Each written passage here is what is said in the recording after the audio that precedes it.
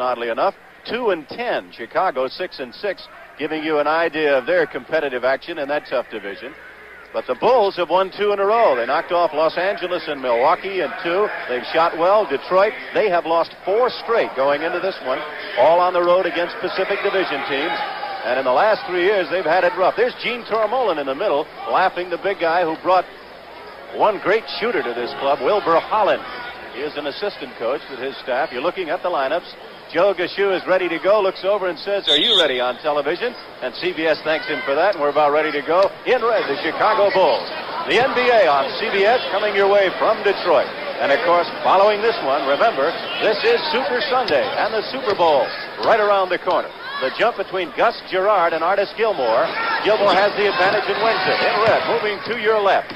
On the screen, the Chicago Bulls up against Detroit. Van Leer, a great penetrator, can really pass on the baseline, number 2. That's the great shooter outside Holland. Now going to Scott May, who is looking for the loose man. That's Mickey, who has it knocked away. Shoemate stealing the ball away from Mickey Johnson. Here's Ford on the right side. Ford has a good shot when they give him time. Lanier making his move, and Gilmore fouls him initially. You know, that's an important play early in the game, and I'm sure that Bob Lanier is aware of trying to go at Artis Gilmore as much as he can. If he can get Artis into foul trouble early, that, of course, is the advantage for the Detroit Pistons. Here you can see Lanier. He's very mobile for a big guy. He gets inside. Artis, of course, a very fine defensive player, put the body on him, and the foul call. Lanier, a 79.5% foul shooter. Bob Lanier, his average on the year is 25 points per game. Lanier, the big man, rebounding, does it all. Puts his club ahead, and so it is 1-0 as Detroit leads with 11.5 minutes to go in the first quarter. Van Leer, who will drive inside and then find the man loose, as a big man has to pick him up if he beats Money. But watch Money this afternoon. He's a great hand checker. That is Gilmore forcing the shot. Lanier bothered him. Gilmore with a rebound, and we have a whistle.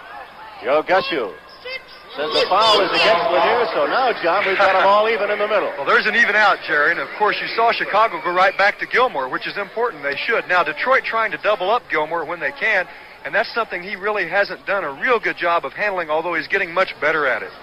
Scott May handing off in the hole. Gilmore trying to move left-handed. He's a good left-handed shooter. Misses inside. That's Lanier. And a whistle.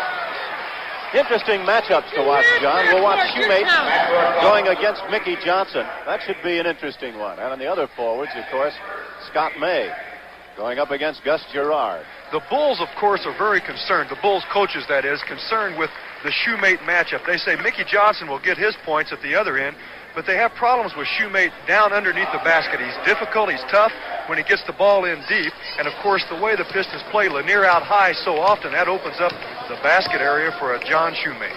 Foul is going to be called against Chris Ford, and Bob Lanier now has 2 points in the game. Lanier averaged 24 in his first meeting against his club, or pumped home 24. It is now 3-0 as the Detroit Pistons are leading the Chicago Bulls. The Bulls moving it up in red. Scott May goes in the hole. They like to operate everything off Gilmore. That's Holland. Eric Money. Gus Gerard, formerly in the ABA. Gerard following. Money. Money averaging 17.5. Gets 2, and it's now 5-0. As the Pistons lead the Chicago Bulls. The Bulls really ran well, John, in Milwaukee in that last game. Jerry, they ran better than I've ever seen them run. Plus, they shot 63.5% from the field. That's phenomenal. Holland outside. Taken off the boards. Good work by the former Notre Dame star. John Shoemaker gives up to Eric Money. Now Ford. He has a right-handed push shot that's tough. Money taking his man in the hole. That's Gerard. Gilmore taking it away from his teammate, Johnson. The Bulls moving it up. Scott May, formerly at Indiana, is fouled. He'll get a pair. Now, that's a smart play there for a rookie in particular. He got Gerard up in the air, and by leaning in under him, of course, that draws the foul, and then you got to put the ball up so that you can get to the line. A lot of pros, veterans, did that very well. Oscar Robertson was probably the best example of being able to draw the foul, get the defensive player up in the air, and then have him come down on him. He did it better than anyone. I know I tried it a few times, and they always called moving in under the player on me. Scott May from Indiana, making it 2 points finally for Chicago. They trail 5-2. So Detroit bouncing out to a 5-point lead. Now it is 5-2 off the high post. Outside, Lanier can shoot out there. He is deadly. when he has time. Ford, 4 seconds on the timer. Had to take the shot, taken down by Mickey Johnson. Now that's Holland. He's got a 1-on-3 break, which is not one, but he gets the foul. He beat Money, and Money whacked him on the way down. Foul number 14, Eric Money. That's his first, the team's third. You can see Holland here advancing the ball, and by advancing the ball quickly, even if you don't have a break, you put pressure on the defensive team. And he's pretty good at this. He's done it a number of times this year, and I know that by getting into the basket area, it's possibly got him 2 points. He's got one at the line, he gets the other. Great story about Wilbur Holland. We'll tell you about it. He was given up twice by Atlanta and signed as a free agent here. 9.5 minutes to go, 5-4. Detroit leading, and Lanier. Bob Lanier. 7-time All-NBA field scorer. Just showing you why. That's Gilmore. Mickey Johnson with the tip in. The kid who never played high school basketball. 9 minutes and 15 seconds to go. 7-6 first quarter. The lead going to Detroit. Van Leer paired against Ford. He'll drop off and try and help inside if he can. That's Shoemate up against Scott May. Gilmore pulling it down. Van Leer, who has been such a great inspiration to this club. Holland, who has loosened up the inside by being tough outside. To Scott May. Money, Eric Money of Detroit. That's Ford. It's going to be 3-on-2. John couldn't get the ball back to the middle, could he? Well, you can see that the Pistons wanting to run, Jerry. And, of course, with Eric Money getting the rebound, whenever a guard gets a rebound on a running team, they have a great advantage of advancing the ball very quickly. Ford runs also. He does not have the speed that a Money has, and Money is a real key to this Piston team. That's Eric Money scoring with 8.5 to go in the first quarter. And it is Detroit 9 and Chicago 6. The action coming your way from Detroit, Michigan. The NBA on CBS will have many regional games next weekend for you to watch. And, of course, the Super Bowl coming up on CBS. That coming up this afternoon. The action from New Orleans. 9-6. 2 turnovers now against Chicago. None so far for Detroit. Bob Lanier. Lanier has ripped off 7 points. He's outscored Gilmore 7-0, and it is 11-6. The lead of 5, the biggest lead so far. Gilmore is down momentarily. He's all right. That's Scott May. He altered his shot. Scott May's a fine shooter. Of course, in college, he made that shot quite often along that baseline. Now, both clubs will set up and run a lot of offense when they don't have the break.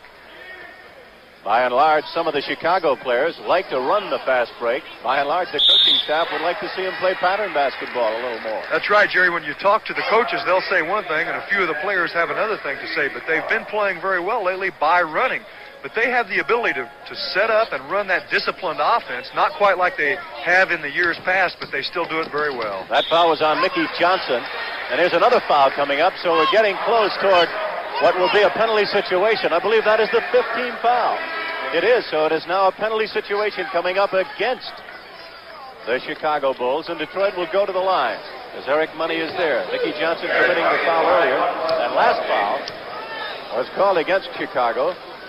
There is no indication of who they have called the foul on, but I would guess it would be one of the guards. Eric Money has come along very well for this club. With the departure of Kevin Porter, he's become the big man, John. He sure has, and of course he has to be, and giving the playing time that he's getting, Jerry, he penetrates very well, and he at times gets a little carried away and doesn't run the offense they want when the break isn't there, but still, he's a fine player. Look how they're dropping off on Artis Gilmore. They get caught on a switch. Shoemate had him deep, and Lanier had him up high. It's surprising. With Lanier guarding Gilmore, the Pistons still want to give him help and double team. Detroit leading by the score of 12-8. If you've just joined us, the team in white is the Detroit Pistons. The team in red, that, of course, is the Chicago Bulls. That's Holland paired up against Money, and Holland dropping off. They find the open man, 6 on the timer.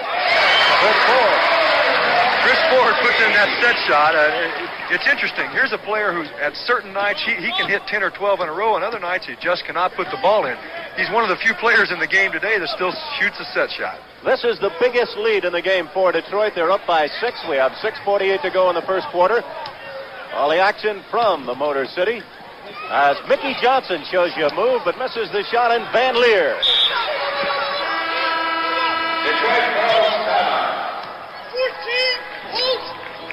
Foul will be called against Eric Money. Timeout on the court, 6.5 to go. The score, Detroit 14, Chicago 8. We're the Van Arsdales, Tom and Dick. We're identical twins. And we drink identical beers. Light beer from Miller. We love it. The best thing about light beer is it's less filling. Great taste. Less filling. It's got a third less calories than the regular beer. Great taste, Tom. Less filling. And I'm not Tom. You are. I'm Dick. You think you are, but you never were. Light beer from Miller. Everything you always wanted in a beer, and less. Leslie Caron for Color Track by RCA. In Gigi, my brooch was blue, the leaves were green, and my gown was lavender lace. If these colors don't look right to you, you should know about Color Track from RCA. Getting the color right is what Color Track is all about. It actually adjusts the colors and locks them on track. Before you see the Color Track system grabs it, aligns it, defines it, sharpens it, tones it, and locks the color on track. RCA is making television better and better. See what's new today. Stare hard at this new Chevrolet Caprice Coupe, and you'll see something most unusual. Full-size grown-up human beings riding comfortably in the back seat with ample leg room. And in the trunk, almost 20 cubic feet of luggage space. The new Chevrolet Caprice Coupe with more trunk room, more headroom, and more rear seat leg room. It's as easy on the knees as it is on the eyes.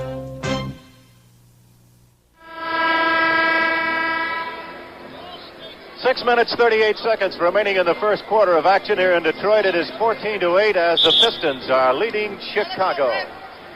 Both clubs actually coming up and not running as much as probably either one would like. Also, I might add that Detroit running their offense probably much better than Chicago. Detroit pulling Lanier out of the middle a lot, and it's amazing that big guy probably has the talents to play forward on many teams in this league. But they're pulling him out of the middle, trying to set John Shoemate up under the basket. And, of course, get the mismatch with Shoemate underneath against Johnson if they can. Now the shoe is on the other foot as Chicago has the attack. They are posting Gilmore low and bringing May out. He's got a good shot outside. Mickey Johnson feeding Gilmore, and there the basket counts, and he's fouled in the active shooting. You can see Chicago wanting to go to Gilmore to try to get him in the offense, and they must do that. That must put pressure on Lanier. Lanier's putting pressure on Gilmore at the other end. Gilmore must come back and put it on him. If a big guy like that gets the ball that deep, it should definitely be 2 and possibly 3. They say the foul is on Chris Ford. Gilmore missing with his first attempt. He is the leader in blocked shots in a game this year in the NBA. He blocked 11, that is, Gilmore did, against Atlanta back in the middle of December. You know what's interesting about that night, Jerry? He blocked 6 shots in the last 2.5 minutes of that game. That's phenomenal. 14-11 is the score, and Detroit leading with the ball over Chicago. 6 minutes and 15 seconds to go with the NBA on CBS in Michigan, right here in Detroit. That's Eric Money. It counts, and he's fouled by Holland as Wilbur Holland cracked him on the arm.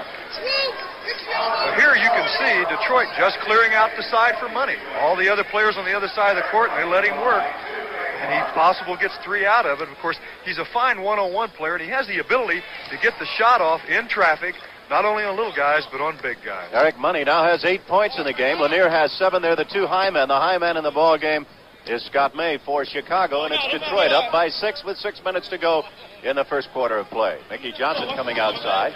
Gilmore now up against Lanier at the high post. They have posted Scott May inside against Ford. He got a mismatch and scored. So they got May at 6'7" inside against 6'5" Chris Ford. 5:43 to go, 17-13. Detroit on top of the foul.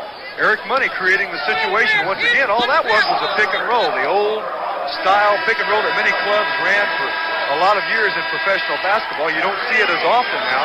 What it is, it's normally with a center and a guard. It's on one side of the court, and that was with Lanier and Money. John, that is a big foul because John Mengelt has to come into the game, and coming out is Wilbur Holland. That is his 3rd foul. And the interesting thing is they need a lot of scoring out of Holland, Jerry, and of course they've gotten it so much this year.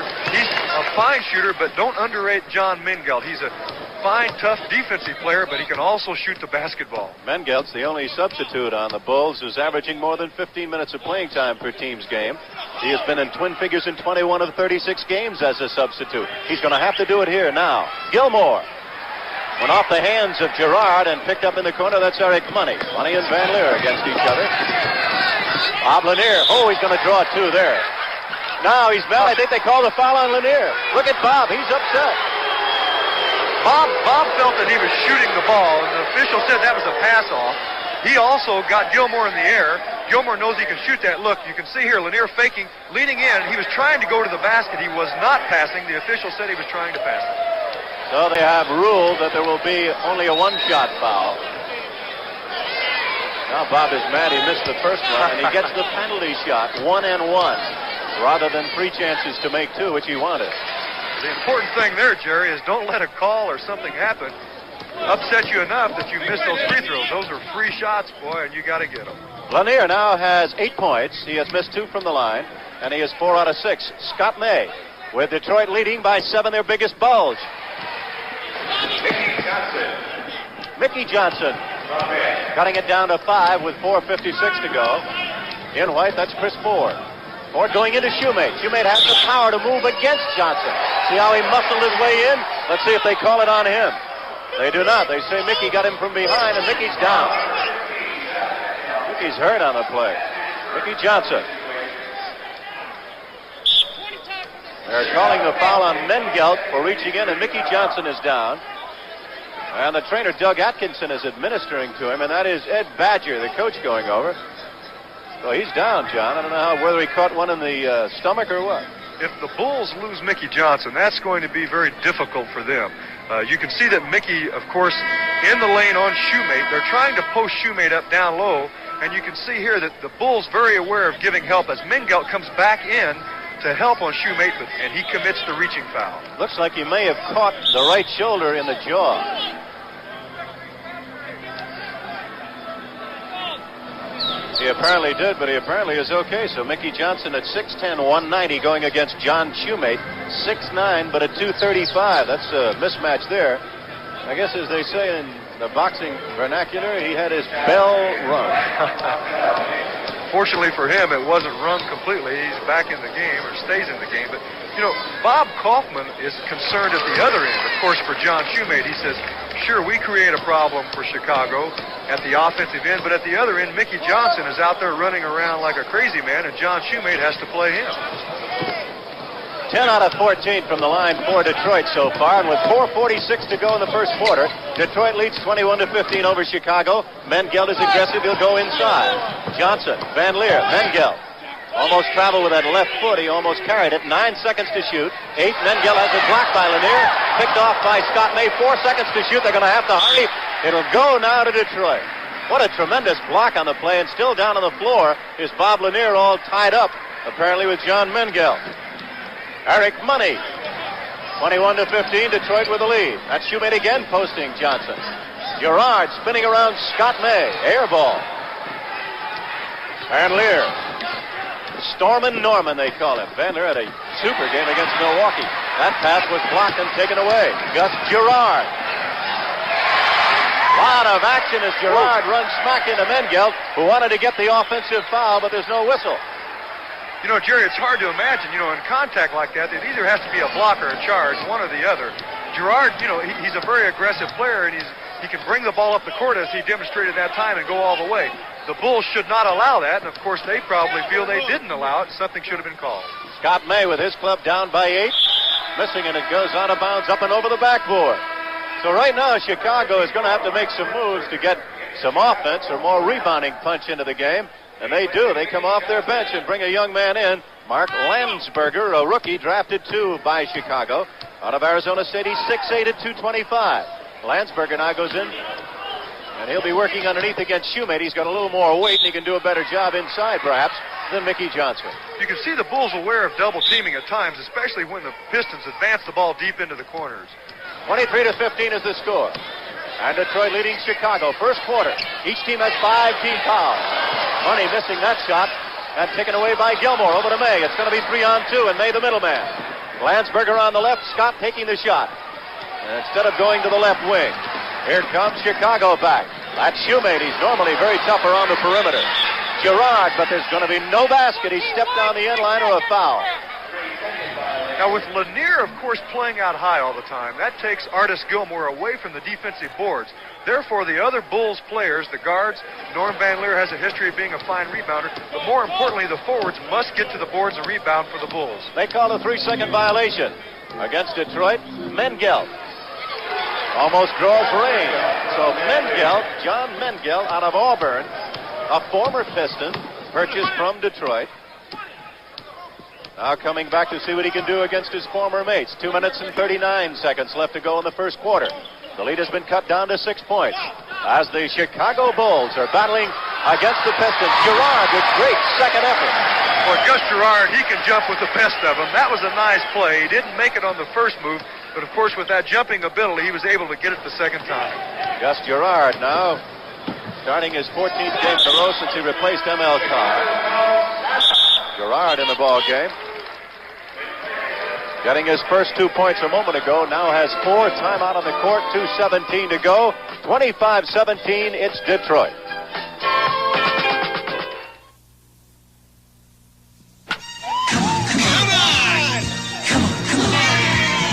Come on, and taste the Pepsi way. Come on, and have a Pepsi day. You found a place to celebrate. Pepsi's cold, the food is great. Come on and have a Pepsi day. You're the Pepsi generation. Pepsi day.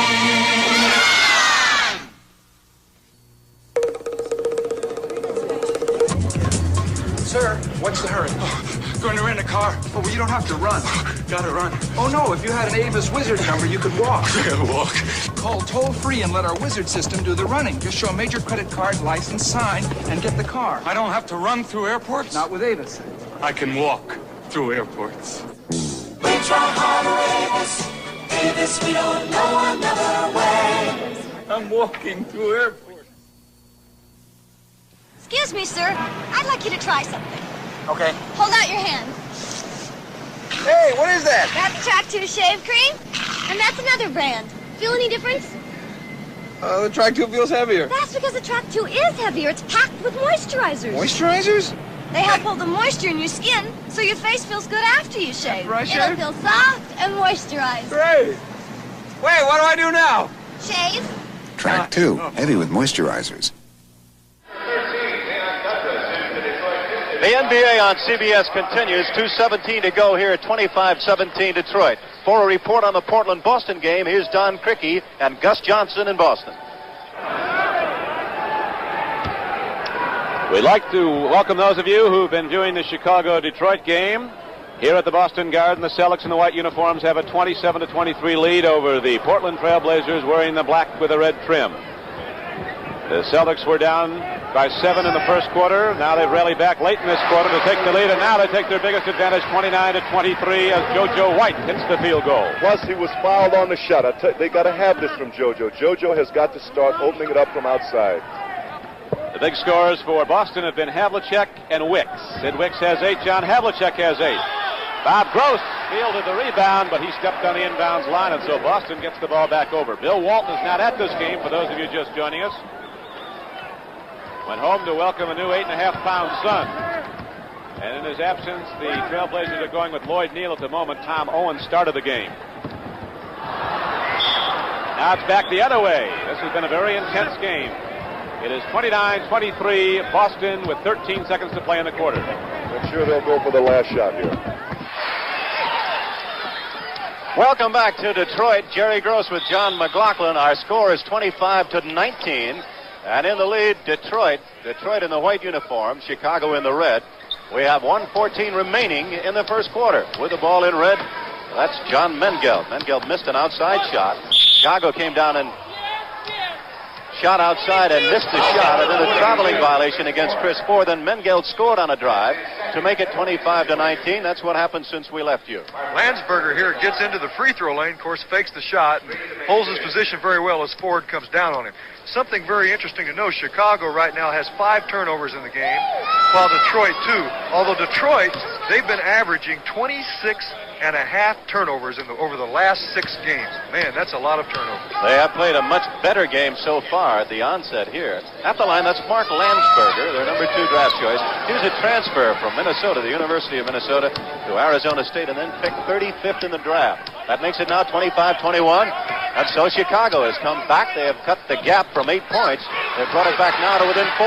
Scott May over to Mengelt. He'll go to the hoop. He smells it. Mengelt's doing a good job coming off the bench for the Bulls. Of course, he's done it quite a bit all year. I think that they're missing the scoring of Holland, but Mengelt coming in, picking it up a little bit with 6 points. Boy, he's a hard-nosed performer, and that's what they needed him. They brought him off the bench. He has banged some bodies. Now he's going to double-team Eric Money. Means a man's open. He set it up. And Scott May with the interception. May goes in for 2. There you see the value of double teaming. Eric Money going into the corner, of course, he couldn't see coming back out, and May doing a smart thing. Of course, he played good defense at college at Indiana, and he knows how to play those passing lanes. That ties the game up, John. 25 at all, and Scott May has 8 points. He's high man in the game for the Chicago Bulls.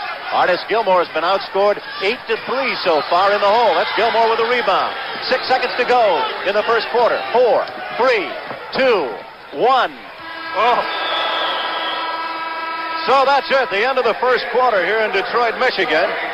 The NBA on CBS, and at the end of the first quarter, the score is the Detroit Pistons 25 and the Chicago Bulls 25. This is what your voice looks like when it travels as light on tiny glass fibers. It's part of our light wave communication system. Working as a team, AT&T, Bell Laboratories, Western Electric, and Illinois Bell have taken it out of the labs and put it under the streets. Here in Chicago, we're evaluating the world's first lightwave communication system carrying our customers' voice, data, and video. A half-inch cable like this can contain enough glass fibers to carry as many phone calls as 6 of those copper cables. Besides increasing capacity, lightwave communications in the future will help keep costs down. In the Bell system, we've taken lightwave communications out of the labs. We put it under the streets, and it's working. The Bell system. People using technology to help keep down costs and improve service. Keeping your phone system the best in the world. Control is very important in the game of basketball. And control is vital in the game of life, especially when you're dealing with high blood pressure. Right now, I'm having my blood pressure checked. That's the only way to tell if it's high. If it is high, I'll follow my doctor's advice to control it. It's normal, Tom. Good. For more information, ask your American Heart Association. I'm Tom Borwinkle. Remember, we're fighting for your life. An announcement from the American Heart Association in cooperation with the NBA.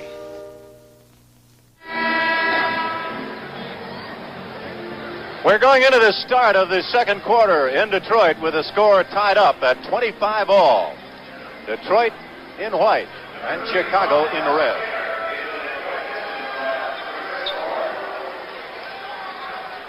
We welcome the fans that have just joined us. And here in Detroit, the Pistons in white uniforms. The Chicago Bulls are in red. The score at the end of one is knotted up at 25 all. And you're watching the Detroit Pistons bring it up. On the back line for the Detroit Pistons, Al Skinner, number 35, going over to Gus Girard up front against Mickey Johnson, who's back in the game. That is John Shoemake. Battling for it, Skinner loses it. Grabbing it off the rookie who comes in for the first time in the game, Tate Armstrong, number 14. That's Eric Money. Money's up against Gilmore. Eric Money, high man in the first quarter with 10 points, now has 12. And we have a whistle by John Gushue, or rather Joe Gushue, the official.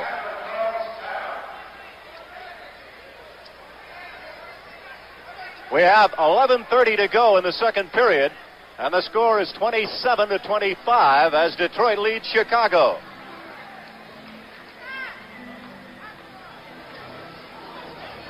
Charge it to red. Right, Ed Badger a little unhappy over the last call. Badger, the coach of Chicago, now goes back to talk to his troops. Joe Gushue goes over and wants to talk to the official scorer. Chicago just committed their 6th turnover, and what they did to get back in this game, they were down 17-25. Chicago ran off 8 straight points before the Pistons answered with a deuce. Want to remind all of you the Super Bowl today at 4:30 Eastern Time, and then, of course, Super Bowl 12 comes along at 6 o'clock. And John McLaughlin, I know you must have some thoughts on the game that we've all been looking forward to watching this afternoon down in New Orleans. Jerry, I've got to go with Denver. Everyone seems to be picking Dallas. I think Denver has that psychological high to win the game. You like the Denver club? You like the Orange Crush? I'm afraid, although with apologies to the good people in Denver, I have to go with the Dallas Cowboys. Well, we've got a split. I got to tell you one thing. It's going to be a great game. Be interesting to watch the 3-4 defense of the Denver Broncos to see what they can do against Roger Staubach. Interesting to see if they can put the rush on enough. I'm sure one thing, you're going to watch the matchup between Tony Dorsett and see whether or not he can run on that tremendous defense. That ought to be quite a challenge. 11 minutes and 25 seconds left to go in the second quarter of this one. It's 27-25. Chicago has never been ahead in the ball game. The rookie trying to go inside to another rookie. Missing with his pass, that was Tate Armstrong, drafted number 1, going to another rookie, Mark Landsberger, who couldn't handle it inside and find it, and it's 27-25, and Detroit moving it back. In the middle now, for the first time, Leon Douglas in the hole. A lot of substitutions by both clubs. Douglas battling John Mengel. Picked up by Landsberger. It's a wild, wide open one now. Armstrong going back to Landsberger, who travels on the play. So you're seeing Tate Armstrong, a rookie, playing with Mark Landsberger. Not too many clubs in the NBA, John McLaughlin, have 3 rookies on their roster. Of course, the Bulls have 3 Olympians on their roster from the 1976 team, and Armstrong, May, and Shepard, which is rather interesting. Armstrong not getting to play as much as they had thought, being a first-round draft choice, Jerry. They thought he was a bigger guard, I believe. He's got quite a struggle going. Great block underneath, but goaltending call. Great struggle underneath between Tate Armstrong and Eric Money. The score is 29-25 as Detroit leads with 10.5 minutes to go in the second quarter. That is Mengel. Mengel against Skinner. Skinner strong. Trying to maneuver the ball now. It was just brought back to this club. Pondexter, who is inside, very tough. That's Armstrong, the rookie. So inside, they have given Cliff Pondexter the chance to do something in the middle, as they are taking the 2 starting centers out of the game, and it's Douglas against Pondexter. That's Skinner. Skinner makes that type of shot quite often. He's not getting a lot of playing time for this club. When he comes in, he's trying to advance the ball as much as possible, but they're going to clear the lane and let him go one-on-one now and then. Formerly with the Nets, and outside with the rainbow shot, John Mengel now has 8 points, and the action is picking up. It's 31-29. A 2-point lead. M.L. Carr, who was a starter, is in the ball game against Landsberger. That ought to be a good matchup. Carr was hot the other night in Phoenix with 28. 9:38 to go. 31-29. All the action in Detroit is Mickey Johnson takes a crack at it outside, and the rebound hauled down by Carr. And here's Detroit coming back. This is the kind of a ball game that Eric Money loves. A lot of action, a lot of wide open backyard basketball. Now Mengel, bring it up. He's got a 4-on-2 momentarily. Now it's cut down to a 3-on-3. Great block by Girard. Good scrambling play by Carr. Not Carr, but a good scrambling play by Money over to Carr. It's going to be 2-on-4, now 2-on-5, and ML will wisely wait. Jerry, the game got a little sloppy right there. Players taking some forced shots, as you see Money coming into the lane there, and that also was not really a good shot, but it's a type of shot that Eric Money is accustomed to taking and oftentimes hitting. Pondexter got the rebound, and again Mengel. He seems to have found a spot on the court, a la a former man who was tough in that corner, John McLaughlin. Jerry, you cannot allow John Mengel to put that shot up. You know, he wants the ball, he wants to shoot it, and when he smells it, he can fill it up very quickly. They must play up on him and force him to the basket. For the second time, John, this ball game is tied up. An offensive foul against Al Skinner. Mengel's all right. He's stunned, but he's all right. I think he's all right. It's amazing this doesn't happen more often, and you can see it here. Skinner waves his elbows around, and Mengel, playing right up on him, got hit.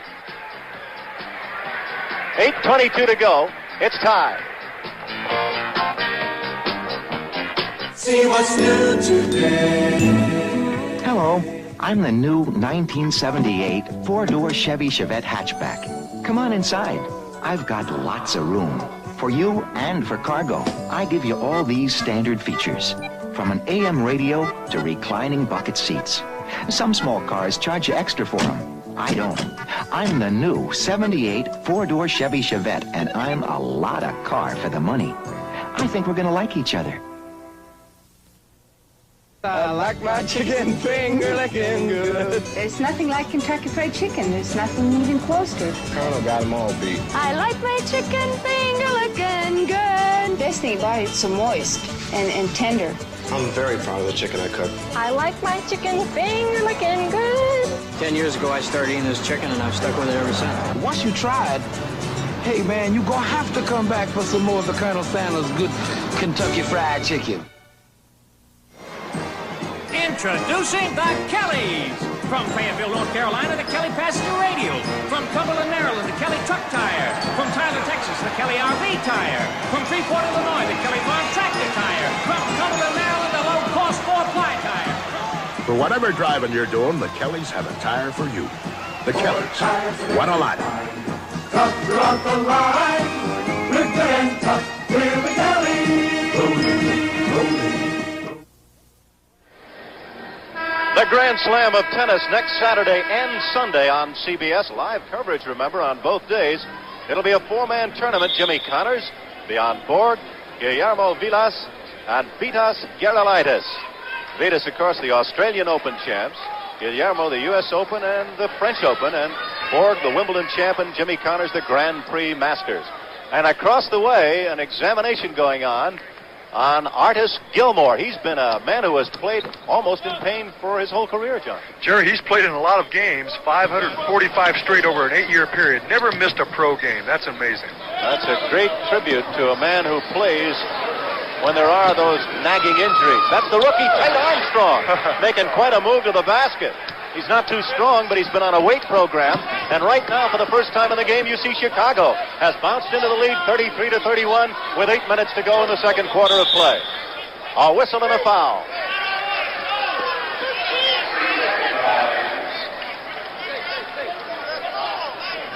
They have called a 3-second violation. Neither team has a foul in this quarter. If you're wondering about the team fouls, when they hit the 5th one, that's when they go into the penalty situation. It becomes a very vital part of strategy in the NBA. But neither team has a team foul with a 33-31 lead for the club with the ball. That's Chicago. Lanier found him inside. Armstrong has gone inside. He's really shown some aggressiveness. He's come off the bench and given his club 6 points, John McLaughlin. He's made 2 baskets right in Bob Lanier's face. And let me tell you something, from where Armstrong's shooting it from, I'm not sure he can even see the basket when Bob Lanier's in front of him. We have an offensive foul called against Al Skinner. As you look at Artis Gilmore on the bench, he's got an ice pack on his left hand. Also has an ice pack on his left knee. So the left side of his bod is in tough shape right now with 7:20 to go. But Chicago leading 35-31. They're up by 4 without their big man in the middle. And the little man who's come off the bench, Armstrong, has the fever now. He has gone to Mickey Johnson. Landsberger tips it away, but it's taken by Eric Money. Here comes Money. ML Carr has it taken away from him before it gets there by Norm Van Leer. Back to Landsberger. He looks like a linebacker. That was a nice play by Norm Van Leer. And of course, he anticipates so well. He's capable of stealing the ball at any time. This is the biggest lead for Chicago. They are leading by 6. Chicago got back in this game. They were down 17-25 by becoming more aggressive with the basketball offensively, but more importantly, playing aggressive, tough defense. We have 6 minutes, 50 seconds to go in the second quarter. Chicago has burst to the lead. They're up 37-31 over Detroit. Here's to good friends. Tonight is kind of special. Where you been? It wasn't easy getting tickets for this game. Hey, Bob. Eddie, I know exactly what I want. I want the biggest steak you've got and a bottle of Lowenbrow. Steak and Lowenbrow. Dolan, you're a genius. When you want the taste of a truly great beer, tonight, let it be Lowenbrow. Here's to the chef. Here's to the bartender.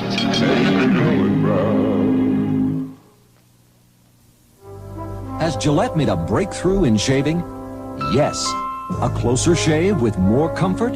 Yes. Then Gillette's done the impossible. Introducing Atra, the impossible shave. Atra, the first razor with a head that pivots to safely follow every contour of your face.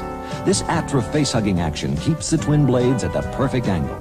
You've never shaved this close with this much comfort. Impossible. New Gillette Atra, the impossible shave. I was so sure that I could pass the Memorex test. You know, is Ella Fitzgerald singing live or on Memorex cassette tape? That I bet her whole crazy crew that I could do it. So Ella stood where I couldn't see her, and I listened carefully to her voice. But you know, I couldn't tell. Nobody's perfect. Reproduction so true, we ask, is it live or is it Memorex? This is going to be the best day we ever had. It's Super Bowl Sunday at Archie's Place. This is a holdup, so nobody moves. All in the family tonight after the Super Bowl game. 6:50 left to go in the second quarter. John McLaughlin and Jerry Gross reporting from Detroit. Bob Lanier goes to the foul line. Lanier at the line.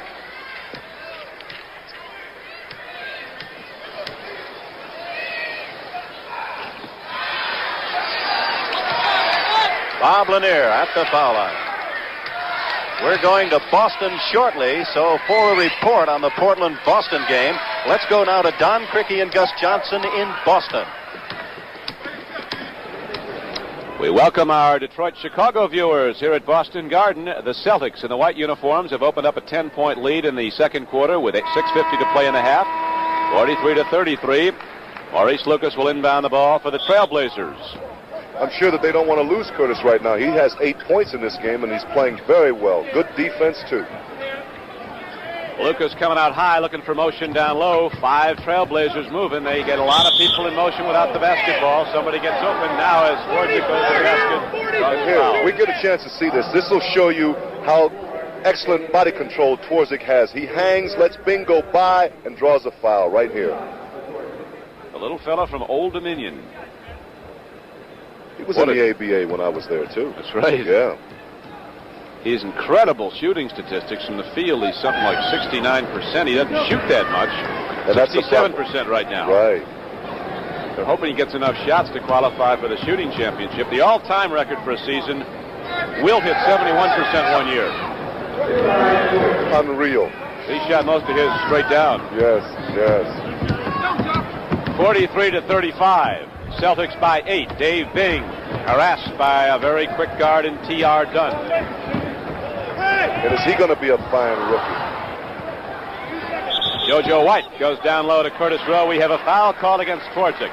Very smart. They took advantage of the mismatch right here, took the ball inside. Twardzik could do nothing but foul him. So with 6:22 to play in the half, it is the Celtics 43, the Trailblazers 35.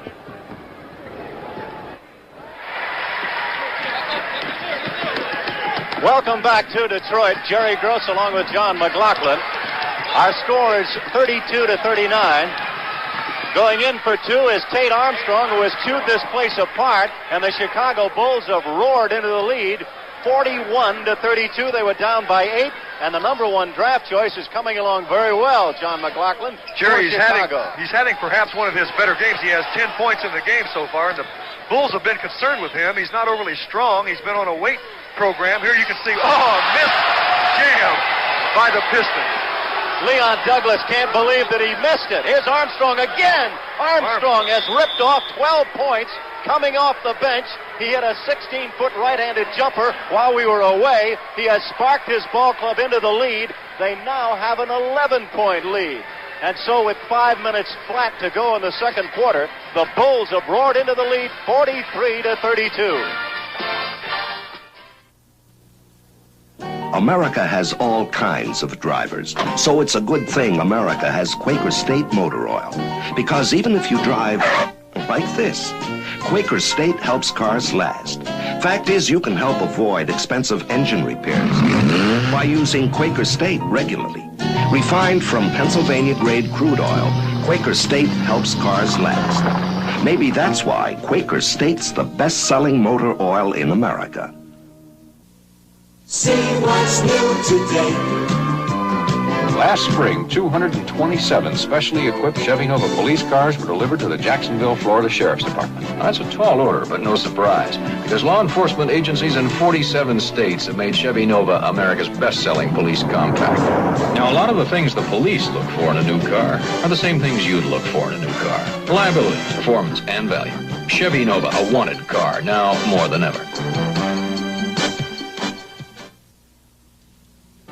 Why are men switching from aerosol hairsprays to Vitalis Super Hold Pump Spray? The pump? Because it doesn't spray any aerosol propellants. The pump? Well, it costs less to use. Save money. It's because the pump is stronger. It can hold longer than the best-selling aerosol. The Pump. Vitalis Super Hold Pump Spray. Now with an even finer spray. Why don't you switch from your aerosol to... The pump. Do-do-do. The pump. These two fans look like they must be from Chicago because Chicago leads 43-32 with 5 minutes left to go as we broadcast here in the second quarter in Detroit. And the Pistons were leading throughout the first quarter. Now have found themselves in a buzzsaw as Lanier tries to take things inside and does. And beats Artis Gilmore underneath. And Gilmore has scored 3. And Lanier has now pumped in 11. It is 43-34. That's the score here in Detroit. A reminder, the highlights of the Phoenix Open will be coming your way tomorrow from 5 to 6 o'clock Eastern Time. The Phoenix Open today was rained out. A foul called on the play. That'll be the third foul against Chris Ford. It is not a shooting foul. It is the third team foul called. No, it is the first team foul called against Detroit. Gilmore over to Van Leer. Chris Ford has it. Ford trying to start something for Detroit. 43-34. His club is down by 9. He's paired against Van Leer. Look at Van Leer try and drop off and help out against Lanier. A soft touch by Ralph Simpson. He hasn't played much at all lately. But Ralph Simpson out of Michigan State bangs in his first two. That makes it 43-36. Here you see the Pistons coming in with big guards trying to take advantage of the smaller Chicago guards, and Ralph Simpson, being a very fine shooter, does have the capability of doing it. There's Armstrong, first miss in some time. He had 12 straight points. Yes, he did. He had made 6 in a row. That ties his NBA high, and he finally shows that he's human. With 3 minutes and 41 seconds left to go in the second quarter, it is 43-36. Picked up and in on the left side. That was Leon Douglas. So right now Detroit has gone with a double pivot situation, actually a high-low pivot, if you will, with Leon Douglas and Bob Lanier. Trying to do something outside. Landsberger shows you he's big, but he shows you some talent out there. That really was a forced shot that went down for Landsberger, and I'm sure had he missed that, Badger would have been a little upset with him. Now the Pistons going with this double pivot, they do it quite often. Leon Douglas has done a fine job for the Pistons this year. You must keep him off the boards. He is not a good shooter, but he will go to the basket. Ralph Simpson, the forgotten man. Ralph Simpson, the forgotten man, had played in only 8 of 15 games since Bob Kaufman returned as the coach here. That was Van Leer with his penetration, his first 2 points of the ball game. They're going to have to get some more points out of Van Leer. They certainly are. Van Leer is going to have to go to the basket, as he has recently, especially against Milwaukee the other night. Now, Simpson, he can shoot that outside jump shot. In the ABA, he was great at shooting the three-point shot. And you can see Douglas here once again turning, going into the basket, putting the pressure on the defensive player and drawing the foul. John, I have to say it. That's a mismatch underneath with Douglas going against Johnson. It sure is, and of course, Detroit aware of it. You can see that they're going to it. Chris Ford makes the pass in to Douglas, who is isolated on Mickey Johnson. Mickey is not going to be able to stop him. He must play in front of him, try to prevent the pass from coming in. Wilbur Holland has 3 fouls. That is the third on Johnson. So right now, Detroit is in trouble. They're in trouble with a foul situation with their starters. 2:40 left to go. We are in the second quarter. The lead is 4, 47-43. Detroit trailing Chicago. Chicago going to their bench early this afternoon, something they're going to have to do to get in the playoff. There's the outlet pass inside on the penetration. Scott May missed the shot. Douglas all alone. Down to Gus Gerard. This will bring the ball game up to within 2. And now the Pistons come bouncing back. The Detroit fans are hollering as Gus Gerard makes it a 2-point ball game with 2 minutes and 11 seconds to go in the second quarter. Chicago leading by a pair. Mengelt against Simpson. This has been the battle of the substitutes this afternoon. And, of course, that's the strength of any good ball club. Not just 5 or 6 men. They got to come in off the bench now and then. Scott May. 10 points for Scott May. 1:46 to go. 49-45. That's Simpson. Now Bob Lanier. Lanier showing you how tough he is outside. Guess that right arm is not bothering him.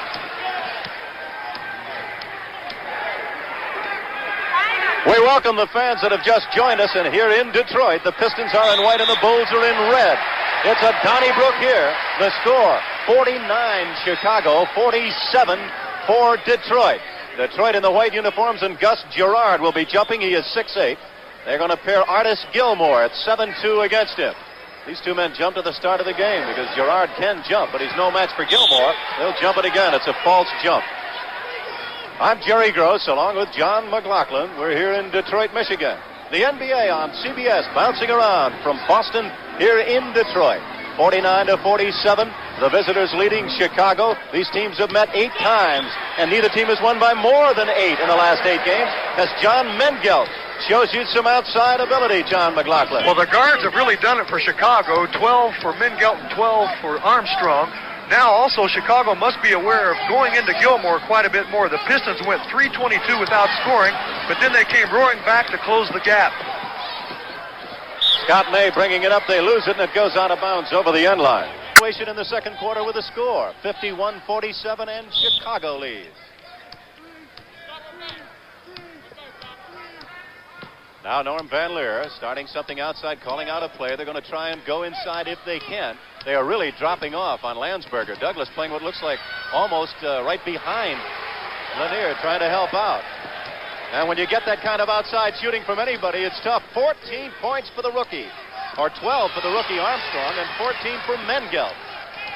So the outside shooting of Mengelt and Armstrong have loosened things up, and it is now 53-47.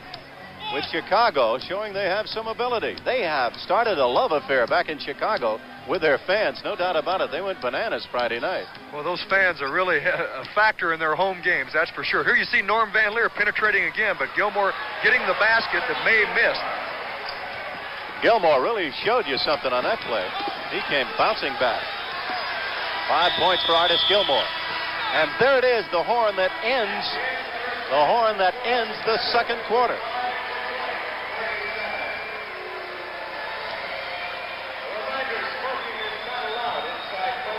So at the end of the first half, it is 55-47. Now we go to Boston, Massachusetts for a report from Don Criqui and Gus Johnson. Welcome you back to Boston. The Celtics in the white uniforms holding to a 9-point lead at the moment, 53-44. And they have Curtis Rowe going to the free throw line at the moment. There is the big guy from UCLA as a foul is called on Bob Gross of Portland. His third personal foul. He has had some kind of a first half, Curtis Rowe has this afternoon. Dave Cowens is playing very well. He's 5 for 6 from the field, 2 for 2 from the line. He has a total of 12 points, and he has 5 rebounds. It started off as a fast-breaking game. Both teams were going flat out from one end of the floor to the other. Now it's coming to a bit more of a pattern game. There have been some turnovers as the second quarter wears on. A very intense game. Almost of playoff dimensions. Both teams working very, very hard inside. A lot of fighting for the rebound. Collins is playing as well as he can play, and that's great. Saved by Neal. That Sanders thought it might have been out of bounds. Boy, they look, Don. They are such a heady ball club that it's unreal. Collins again rips it down. Leads out to Bing. 2 on 3. Trailblazers shut off the break as 3 men rally back. But Wicks comes down the lane. And Sid Wicks is called for a travel. We'll watch Dave Cowens off the defensive board. We can see this play right here, off the rebound here, when Dave gets the ball out. He gets it out here real good out to Dave Bing. I think Bing held up just a little bit too long on this pass. He should have gave it up to Rowe, and he might have had a layup because he had Torzik on him. And Bing comes up with the ball and again looks to break. JoJo White. Collins is playing high a good deal of the time, keeping Owens away and keeping that lane clean. Those Celtics like to work plays down low. And here comes JoJo White leaning into the basket. He hits the bucket.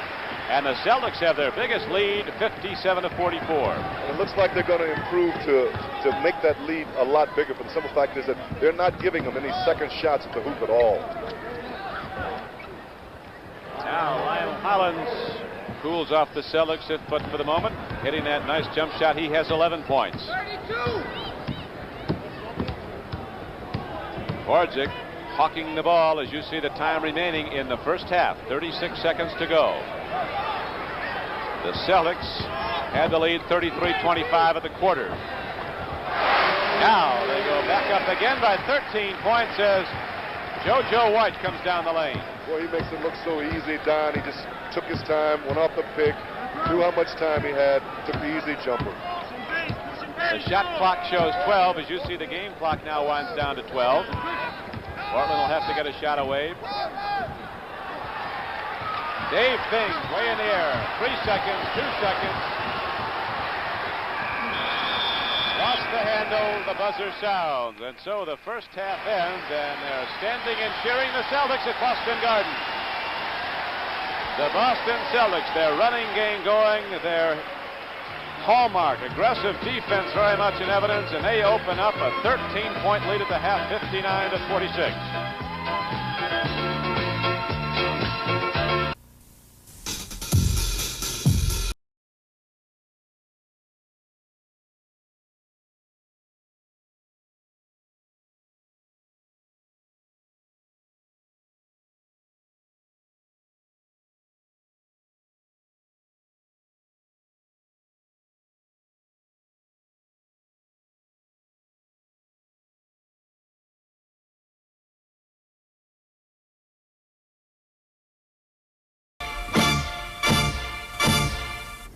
Hi, everyone. I'm Don Crickey. And this year at halftime on CBS coverage of NBA basketball, we have some of the top players in the league matched up in the old schoolyard game of horse, where a player must duplicate his opponent's shots or be assessed a penalty letter.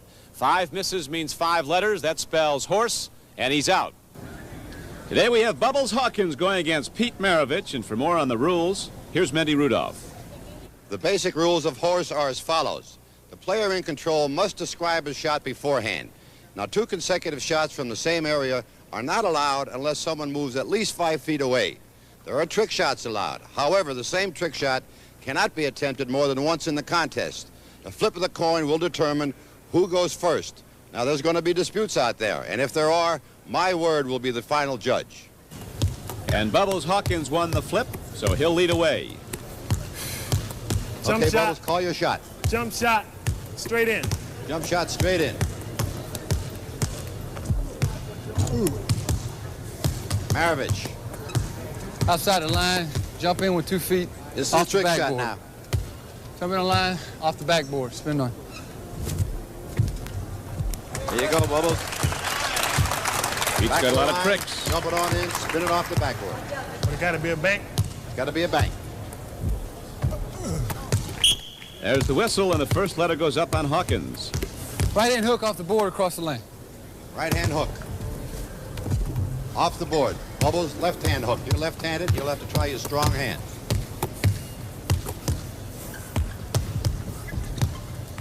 Hand makes.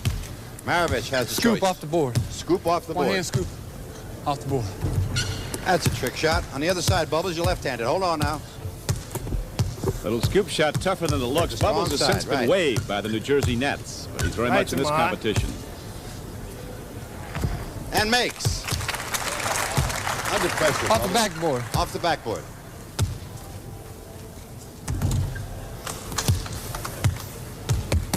Off the backboard, Bubbles. And makes. Maravich with the call. Let's hear it, Pete.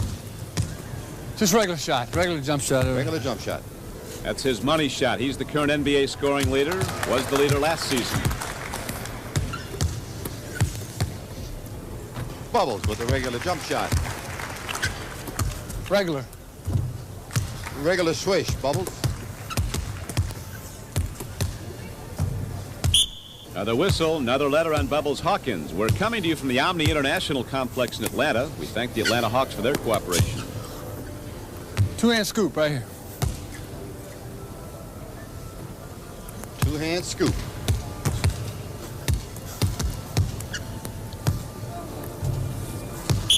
We have an R for Hawkins. We do indeed. He's now down 3 letters to none to Maravich. Regular jump shot. Regular jump shot. And makes. It'll put you away with that one.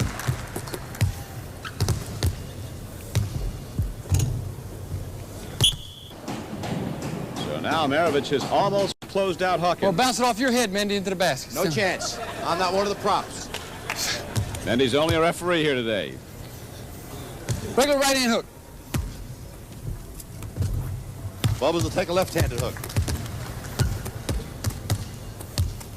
Players were selected on their basis of free shooting. And makes. Just regular jump shot. Regular jump shot from about 20 feet. And loses the lead. At this point, Hawkins. The door is open. Jump shot. Jump shot made. Maravich must do it. Bubbles gets back in it. Puts a let up on Pistol Pete. Jump shot. Knocks another one down. Jump shot makes. Maravich misses. Jump shot. Regular jump shot. He's got the advantage back. He can close out Hawkins here.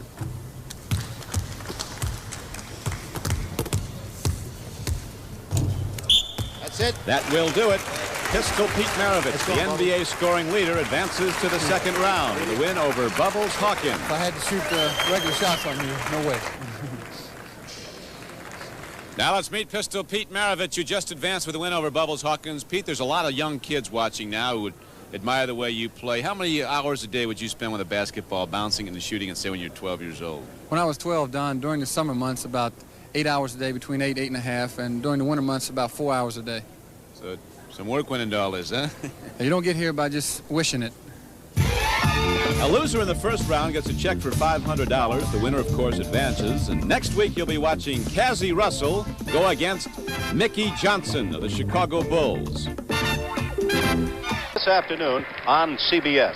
Let's look at the statistics on the first half of play. You see that with regard to the two teams shooting from the field, they're all even. The advantage from the foul shooting area has gone decidedly to Chicago, as Chicago at the foul line 7 out of 8, 11 for 16 for Detroit. In the assist department, Chicago doing a little more. Rebounding, there's not too much of a difference there. A total of 3, 20 to 17, the advantage to Chicago. Turnovers always a big factor. With Detroit having their problems, they have 12 of them and only 8 for Chicago. Individually speaking, for Detroit, Bob Lanier is 4 out of 5, has been held to 2 rebounds and leads his club with 13 points. Eric Money, the man John McLaughlin just talked to, is 4 out of 6 in 19 minutes. He has 5 rebounds also for 12 points. Leon Douglas in the second quarter went 3 out of 5 with 7 points in 14 minutes. He played most of his action in that second quarter. And the other scoring you see individually, 4 out of 6 for Eric Money. He is the top shooter there along with Leon Douglas. And for the Chicago Bulls, individually they have been led with 7 rebounds by Artis Gilmore, but he's been held to 5 points. Mengelt off the bench has been doing the job, also with Tate Armstrong. John is 7 for 10 from the field, and Armstrong is 6 out of 8. Armstrong played 11 minutes and had 12 points. Mengelt played 12 minutes and had 14 points. So there's the difference there, as Scott May, shooting from the field, is 4 out of 9 with 10 points in 15 minutes. That's Bob Kaufman talking to his team, trying to get them back. We'll watch for the press coming up. Bench scoring, there's the difference, as put together by our statistical crew. And our thanks to George Maskin for that, 32 to 13. A big scoring advantage there, John. And in particular at the guard position, Chicago's guards made 26 points, while the Pistons' reserve guards had only 6. So we're starting the second half of play.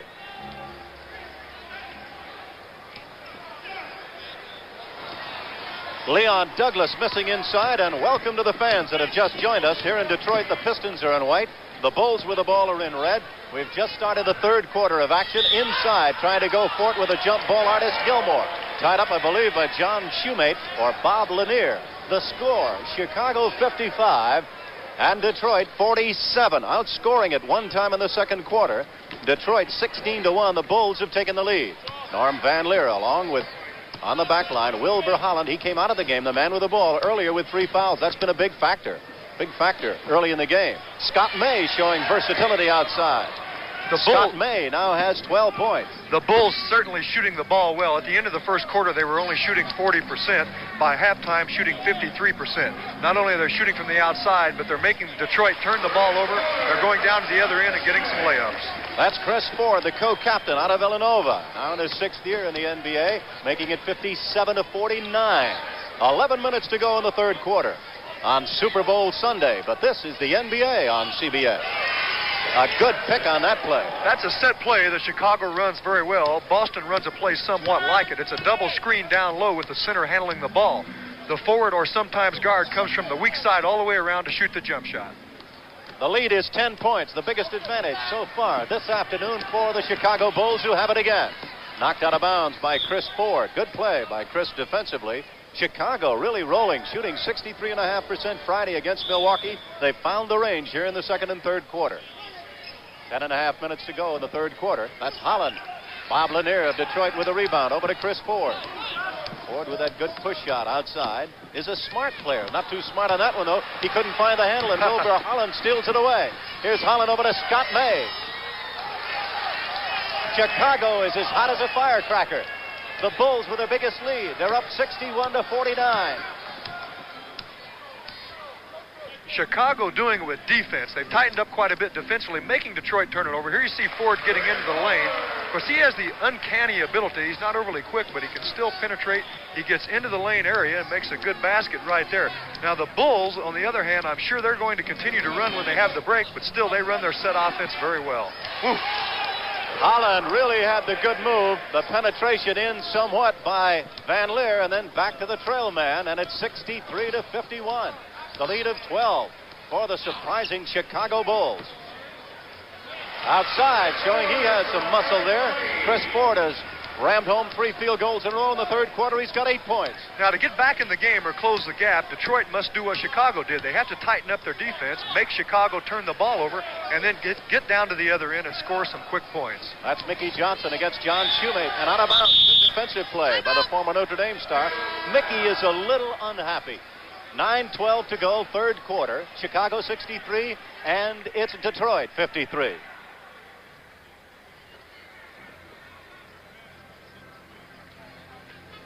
We have a timeout on the court.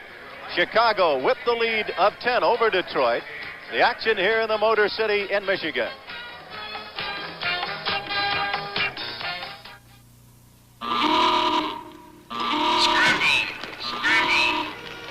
Ryder rents trucks. I'll be seeing you, sweetheart. Trucks you can count on. And Ryder tunes those trucks razor sharp, ready for anything. When Ryder rental trucks take off on a mission, there can only be one ending. You nervous, huh, kid? Nah. Mission accomplished. Ryder, the best truck money can rent. Tonight's game's gonna be on TV, Steve. You need a good shave. I did shave, Havlicek, but my electric razor just doesn't do such a great job. Maybe it's not your razor, it's your beard. It just lays there. Get it to stand up. With electric shave. Williams Electric Shave. Let me tell you, it's really good. It sets up your beard so your razor shaves closer, smoother, with less irritation. Make your beard stand up. Make your razor shave better. Get electric shave. Oh, man. Enjoying the trip in your GM car? Oh, yeah. Want to keep that great GM feeling? Oh, yes. Then shake hands with Mr. Goodwrench. He's dedicated to improved customer care at more than 6,000 participating GM dealers. You want genuine GM parts. You want your car fixed right on time. That's what I want, too. Caring about your GM car helps keep me in business. Keep that great GM feeling with genuine GM parts. Tonight on 60 Minutes, a startling hidden camera report of big city officials caught in the act of taking bribes. This and other stories on tonight's special edition of 60 Minutes.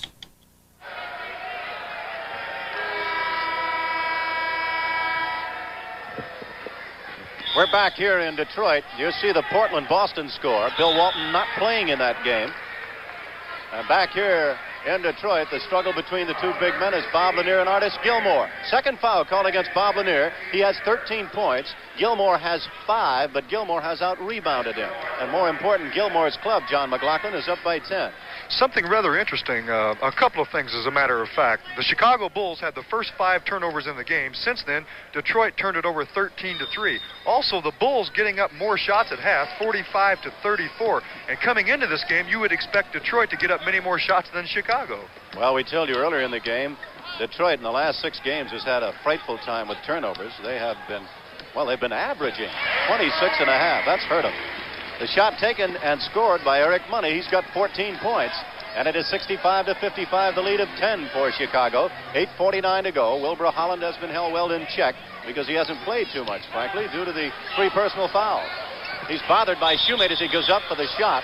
It'll go over to Detroit. It's Detroit ball, and the crowd here in Michigan hoping that the Pistons, who have been averaging 110 points a game under Bob Kaufman, compared to 103.5 under their former coach, the fans here hoping they can come back. They're down by 10. Shoemate trying the shot. Lanier with a rebound. They're going to have to get something more out of Lanier. Inside, Ford, outside, up against Norm Van Leer. Shoemate in the corner left against Johnson. Lanier looking to set the screen high against Gilmore. And a whistle. Up on the bench across the way in the checkered jacket, you see Larry Jones, the assistant coach of Detroit, along with Bob Kaufman, who's the general manager as well as the interim coach now. Shoemate feeding well inside and a whistle. Let's see what happened. Joe Gashu makes the call. A pushing foul has been called against Artis Gilmore. That'll be only the first team foul. With Gilmore and Lanier in there really battling and pushing one another, I can't imagine even trying to get around them. If they lean on a normal-sized man, he may end up in the 4th row. A loose ball foul on the play. When Lanier shoots outside, Shoemate has to do the job inside. And a foul was called against Gus Gerard. That is his second. 8 minutes to go. We're in the 3rd quarter. A 10-point lead for the team with the ball, the Chicago Bulls. The Bulls leading Detroit in the battle in the conference. Well, that's a pick and roll there where Gilmore got called for being a pulling guard that time and taking some defensive players with him. His finger is hurt, Jerry. He's rubbing it. He has a hyperextension of the 3rd finger on his left hand. That, of course, is his shooting hand. Lanier goes down. He was corked on the play, or else it just went out of bounds, and it'll belong now to Chicago. More important, Artis Gilmore, I think, is going to have to come out of the game because he now has 4 fouls, John. Well, Jerry, you know what you're talking about. He just went out of the game, and he seems to really be having difficulty. And, of course, they're both so strong, and Lanier really putting a lot of weight and leaning on Gilmore so much so that I think it's really affected his game quite a bit. Now, this is where Detroit will have to make their move. The foul call away outside on the shooter. Mickey Johnson was fouled by John Shoemate. I would imagine this is the time when Detroit is going to have to make their move. They've got Bob Lanier underneath against Cliff Pondexter. Pondexter at 6'9". Lanier, as you know, is 6'11".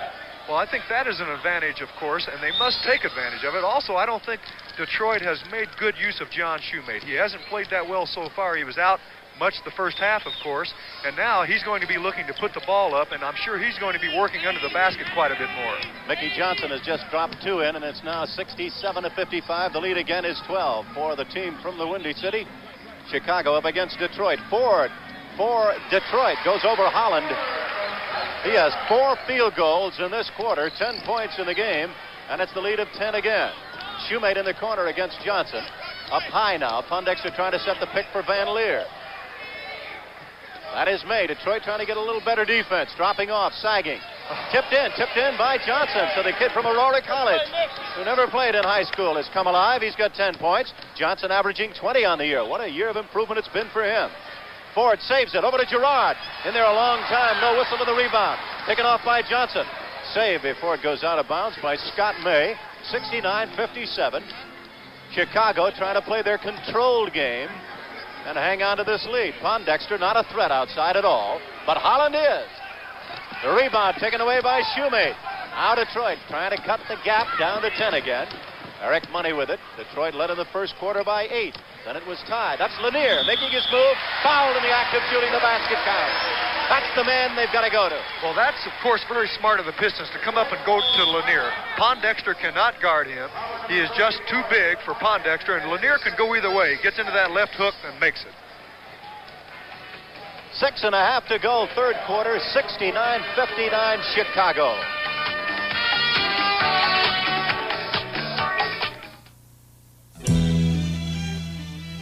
"100 miles from nowhere, you prospect for black gold. With nothing but a steel pipe and sheer muscle, you punch holes in the seafloor, knowing that more often than not, you'll come up empty. But you take the gamble anyway and give it everything you've got.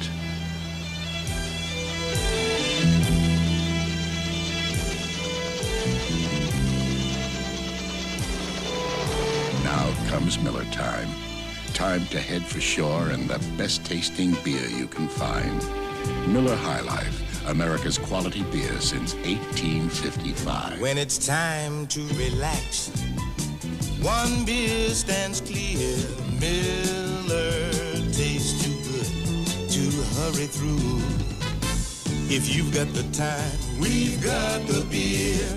Miller Beer. See what's new today in a Chevrolet. Chevy's all-new Malibu has all kinds of good news for here and now. Good news about fuel economy. 29 miles per gallon here on the highway, 21 here in the city. It's here and now. There's also good news about room here on the inside, here in the trunk. It's here and now. The all-new Malibu. It's here at your Chevy dealers now. We are back here in Detroit, 6.5 minutes to go. The booing you are hearing is from the Chicago Bulls fans in the upper deck to our right as they're waving banners. Now for a report on the Portland-Boston game, let's go to Don Crickey and Gus Johnson in Boston. Right now, we want to thank those who are joining us from Chicago and Detroit. We'll be going there shortly to pick up more action on that game. Right now, the Boston Celtics, who had a 17-point lead, have seen their lead cut down to just 8 points at 63-55. Boston has the ball. They've been cold for the last 3 minutes of this third quarter. We have 9:08 to play in it. Well, plus the Blazers have been playing a little more tenacious defense. They're forcing them out of their range again, too.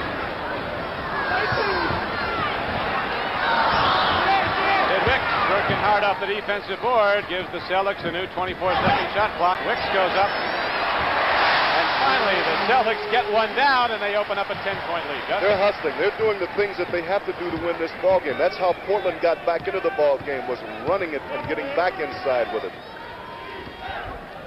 Portland's been going to Big Maurice Lucas down low here in the third quarter to get back in the game. And here's a foul call. Let's look at that last one again. Okay, here we go right now. Wicks gets the ball. He goes baseline. He gives an excellent fake right here. Comes back up. Nice soft shot. Got 2 points. 65-55, Boston the lead with 8:25 to play in the third quarter.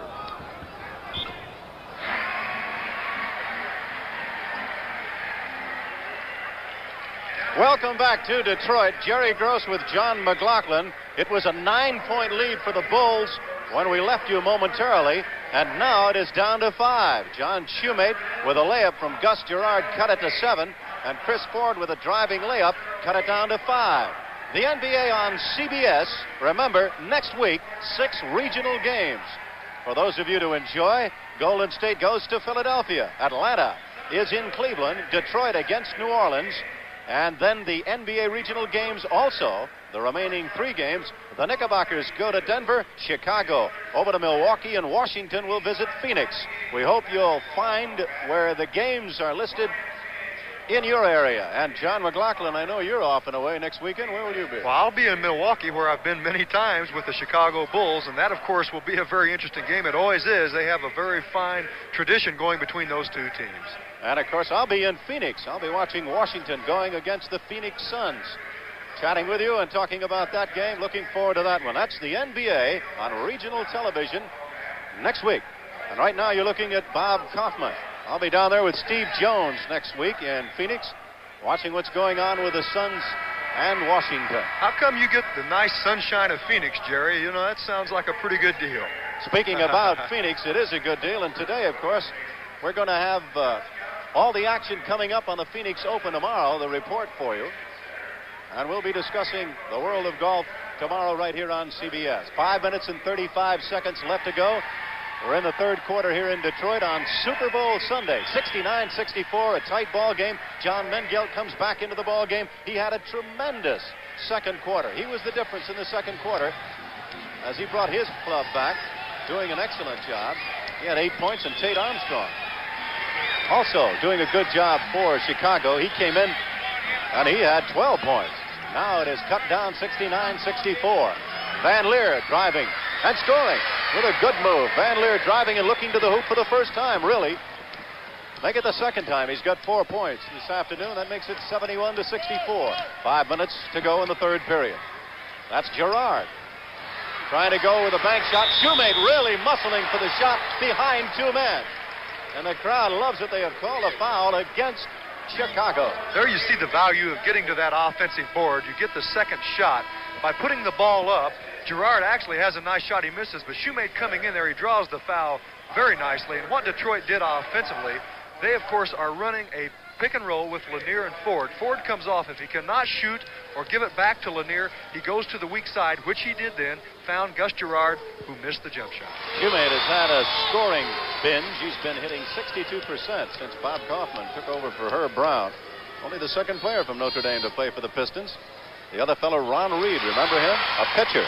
Now, I believe, with Philadelphia. As a matter of fact, I remember him very well. Played against him at Notre Dame when I was in Indiana, and he's an outstanding pitcher. Hey, John, he was a tough guy on the boards, if I recall, when he played in the NBA also. Sure was. It's now 71-66, 4:50 to go.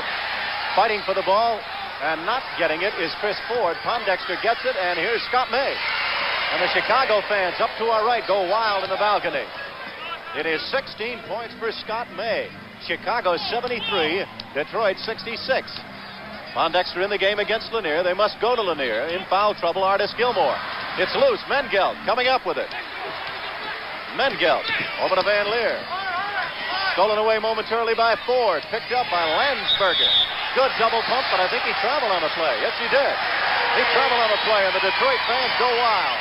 Lanier does a good job of coming out and intimidating a shooter, which he did then. Landsberger should have given the ball up, then moved away from Lanier and tried to move the ball around and find him on the other side. Now the Pistons are looking for a little more discipline, trying to go inside and see if they can find Lanier. That's a good shot for money. He was in tight. Loses the rebound. He might have been fouled as he got the rebound off.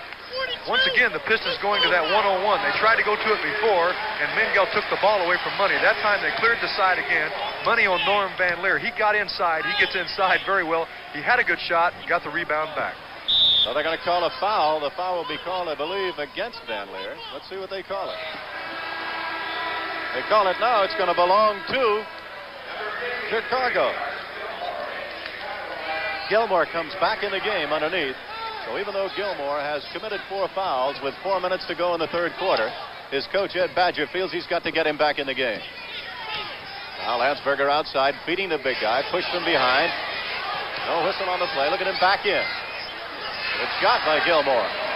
Gilmore has 9 points in the game. That is only his third field goal. Lanier has outscored him 16-9, but Lanier's club is trailing. Ford trying to find some room, shooting off balance and trying to get the foul. Chris Ford sometimes is amazing. You know, he's not overly a quick player, but he's very aggressive. He seems to have quite a bit of energy. I guess that explains why when he goes out for a restaurant, he picks the restaurant by the dessert menu. Goes in and orders dessert first. That gives him all that energy he's got, I guess. He's got some energy because he's most durable. He's playing this afternoon in his 225th consecutive game. That means a lot, I think, to the players as Ford makes the first one.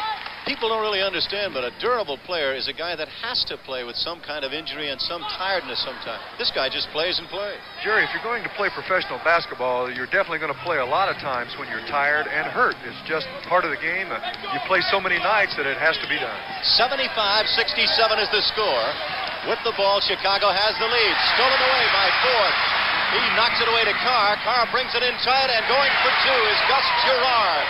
So Ford got a piece of it. He's the 8th steal man in the NBA, and you just saw there why he's not too flashy, but he gets the job done. He does a good job, and whenever he's in there, you have to be aware of him. Now, defensively, Detroit, They want to push Chicago to the sides as much as they can. And secondly, they're starting to run. They're running much better the second half. The lead is 6. That's Gilmore forcing the shot a little. Landsberger really hustling for the rebound. Bob Lanier of Detroit. Here come the Pistons. They're down 75 to 69. Eric Money looking inside, trying to find Lanier. Gerard goes in the hole. Lanier goes. He scores! 18 for the big guy.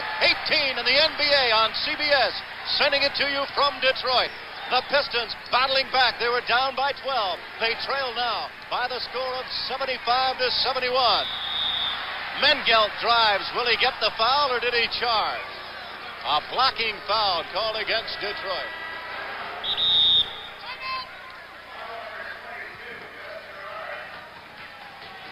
You're watching the foul come up now. He jumped in front of him. That's the call.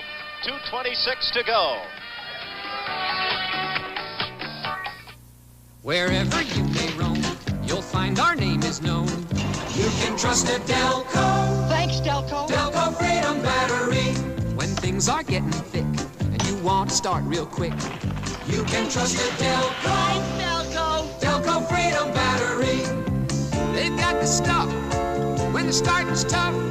You can trust a Delco. Thanks, Delco. Delco Freedom Battery. Delco Freedom. Thanks, Delco. A year ago, I reported on the Bell System's commitment to solving business problems. We now have teams of problem solvers for every industry symbolized here. Transportation, retailing, finance, healthcare, education, and many more, for which we've designed communication systems to answer business problems.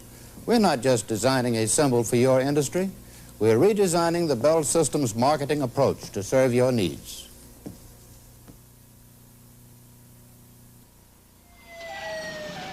Each year, thousands of homes are lost to fire. That's why you need Allstate's homeowners insurance. But did you know many other homes are lost to another major disaster? The owner dies before the mortgage is paid. For that, you need mortgage protection insurance from Allstate Life. Your family needs both kinds of protection, and your Allstate agent can put the two together. See him soon. A 3-year All-Star in the NBA as a player. This is Bob Kaufman, the general manager. He was with 4 clubs in the league. Seattle, Chicago, I think he was with Atlanta, finished there with Buffalo for a while. And at one time was the assistant general manager of the Atlanta Hawks.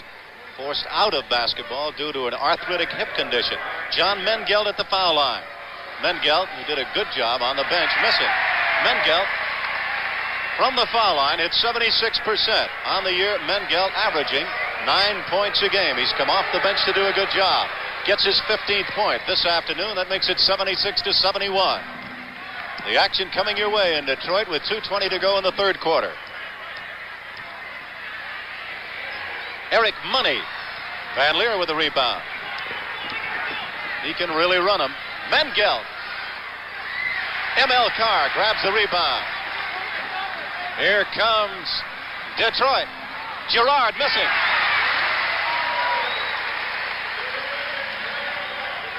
Welcome to the fans that have just joined us. Chris Ford has just banqueted inside, and a 12-point Chicago lead has been cut down to 3 with 1 minute and 49 seconds left to go.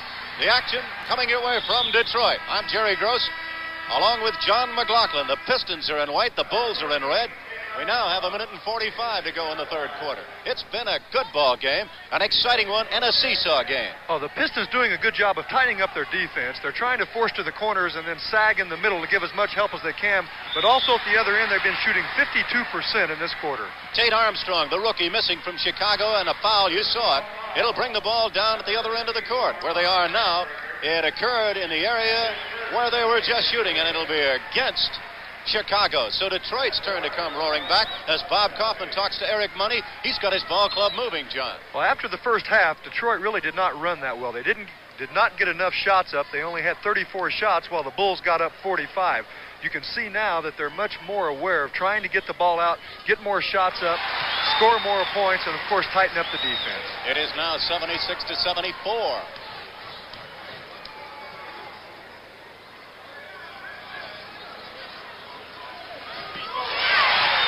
Gus Gerard has just made 2 from the foul line. It's a 1-point lead. A 1-point advantage for Chicago with 1 minute and 35 to go in the third quarter. An exciting basketball game as regional basketball on CBS comes your way. Mengelt with it in the corner. Mengelt going into Gilmore. Guarded by Lanier.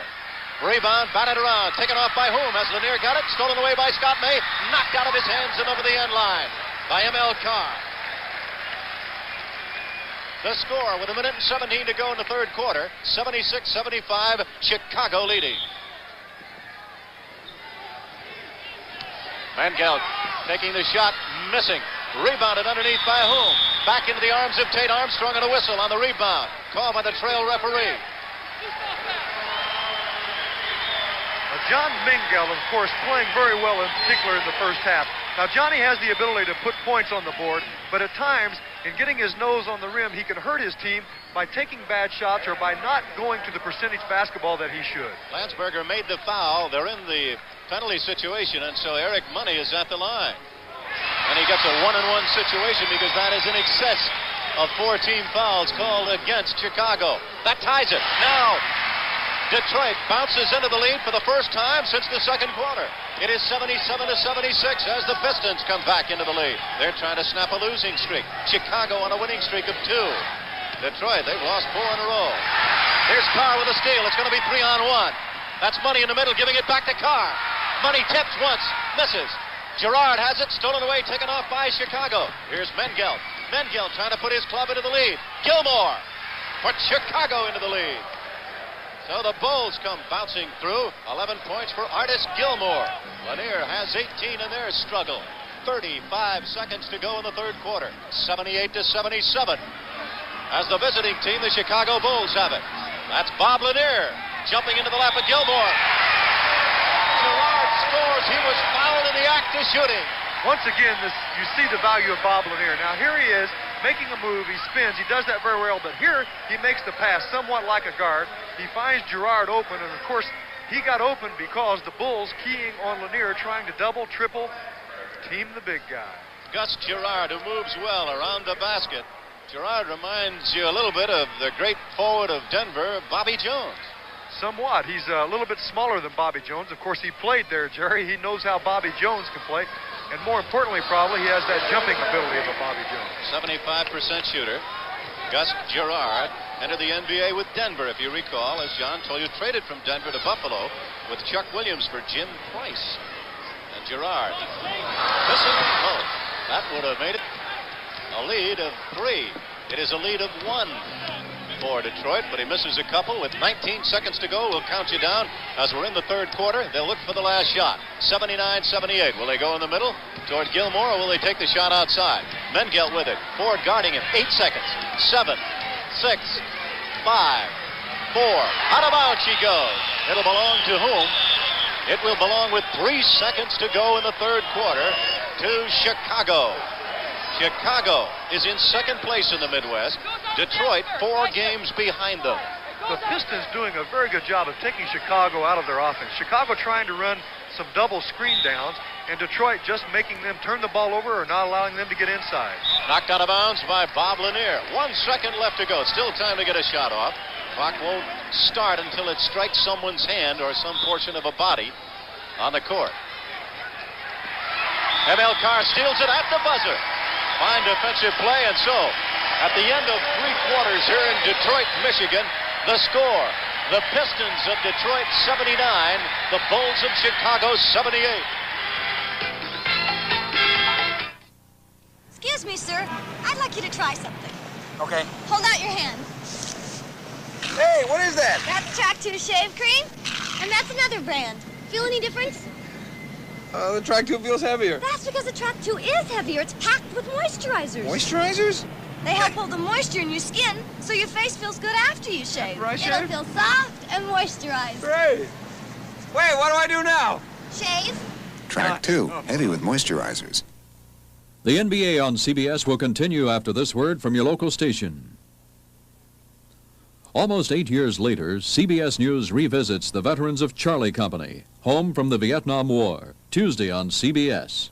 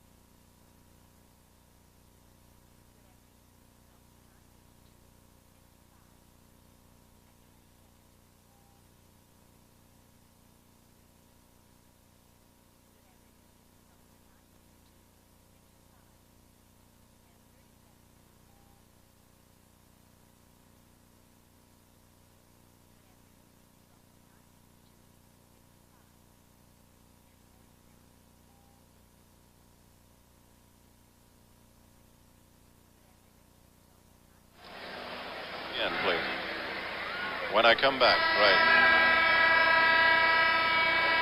Be sure and stay tuned for the MVP award at the conclusion of the game today. The inbounds play as we go into the third quarter. The Chicago Bulls with the score 79-78. And in the lead, the Detroit Pistons. Tate Armstrong, a rookie, starting on the back line. That's Mickey Johnson. Rebounded underneath by Gus Girard. Now Chris Ford brings it up. Ford looking at a 3-on-3 situation. He's going to hold it up. No, he's not. He's going to take the shot. Gus Girard and Chris Ford have helped bring him back. Ford in the third quarter of action at 13 points. He's got 17. Girard also pumped in 6 points in that quarter. They have really brought their team back. Gilmore making a good move on Lanier. Spun away from him. Gilmore with 13 points. Gilmore with 13 points. And so with 11:14 to go in the final period, it's now 81-80 as Detroit is in the lead. Bob Lanier over to Ford. Ford with 6 seconds on the timer. Looks up at the clock. Gets it into Lanier. He's leaning perfectly for the pass. Another change in the lineup for Chicago. They have come in with Nick Weatherspoon. Weatherspoon at 6'6" from Illinois. Playing in the left corner. He's up against... Well, he's not up against M.L. Carr now. He's up against Gus Girard. That's Mengel. Ford with the rebound. 10.5 minutes to go in the game. 83-80. Detroit with the lead. Carr going over to Girard. Against Weatherspoon. It's short. Mengelt with the rebound, and here comes Chicago. Mengelt, he's a good driver. When he wants to go to the hoop, he'll go to the hoop. He went to the hoop, but he traveled on the play. And the Chicago fans in the balcony with those white banners are uptight. I've really never seen Chicago try to run as much as they are today, Jerry, except recently in the Chicago game Friday night, they got the ball out then also. Eric Money, rebounded by Mickey Johnson. The outlet going over now to Tate Armstrong. For a report on the Portland-Boston game, let's go now to Don Crickey and Gus Johnson in Boston. Here at Boston Garden, the Celtics in white have the ball, and they are holding to a 1-point lead, 77-76 at the outset of the fourth quarter.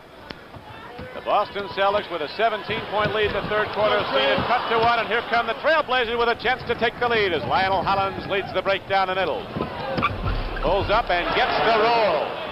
There he is again. He comes down slow. He's got men on the outside of him. He picks what he wants to do. Lionel Hollins has now scored 19 points, and so we have an 18-point swing in about the last 11 minutes of play. The Trailblazers down by 17, have gone up by 1. And Boston now looks for the good shot as they get more motion in their offense. Havlicek forcing a long shot, not enough there, and Davis takes it inside court for Portland. That's what's hurting. They need some penetration right now. Like I said, in that third quarter, they outscored them 30-14. It's 78-77 Portland. Welcome back to Detroit. A bucket by the rookie Tate Armstrong has just bounced Chicago back into the lead by 1. John McLaughlin here also. Our score now is 84-83, and we have exactly 9 minutes and 4 seconds remaining in the game. On top, the club in red, the Chicago Bulls. Now the Pistons, I believe, have gone for a timeout. So the Detroit Pistons have gone for a timeout with 9 minutes and 1 second left in the game. 84-83, Chicago on top. See what's new today. Introducing the third generation Monte Carlo. The third generation of a highly successful personal luxury car. Its highly original styling opens new dimensions in affordable luxury and in comfort. With more rear seat headroom, legroom, and hip room than last year's Monte Carlo. The third generation Monte Carlo. Drive it and put a little distance between yourself and the crowd. Gentlemen, sales for the third. 8 hours and 4 minutes. Amazing. 9 hours and 6 minutes. Fantastic. Vicks Sinex long-acting nasal spray is amazing. It can quickly have you breathing as easily as someone with no congestion problem. And then it decongests up to 10 hours. Tied up. 10 hours, incredible. The game? No, my nasal spray. Vicks Sinex long-acting. Incredible. Energy for a strong America. Today, ships like this are opening vast areas of the ocean for oil exploration. This one's under contract to Exxon, and she's an engineering marvel. Her electronic positioning systems and other special drilling equipment allow us to reach down into waters as deep as 4,000 feet to search for oil. This ship provides Exxon with valuable deep water experience that will help us find more energy for a strong America. Boxing fans, CBS presents next Saturday the World Lightweight Championship. Roberto Duran, the WBA World Lightweight Champ, taking on Esteban de Jesus, the WBC Lightweight Champion. That's for the undisputed World Championship, televised live from Las Vegas. We have a one-point game here in Detroit with 8:56 to go. And a foul has been called at midcourt. Number 7 is Joe Gashu. Joe, the official, explaining that there is a discrepancy.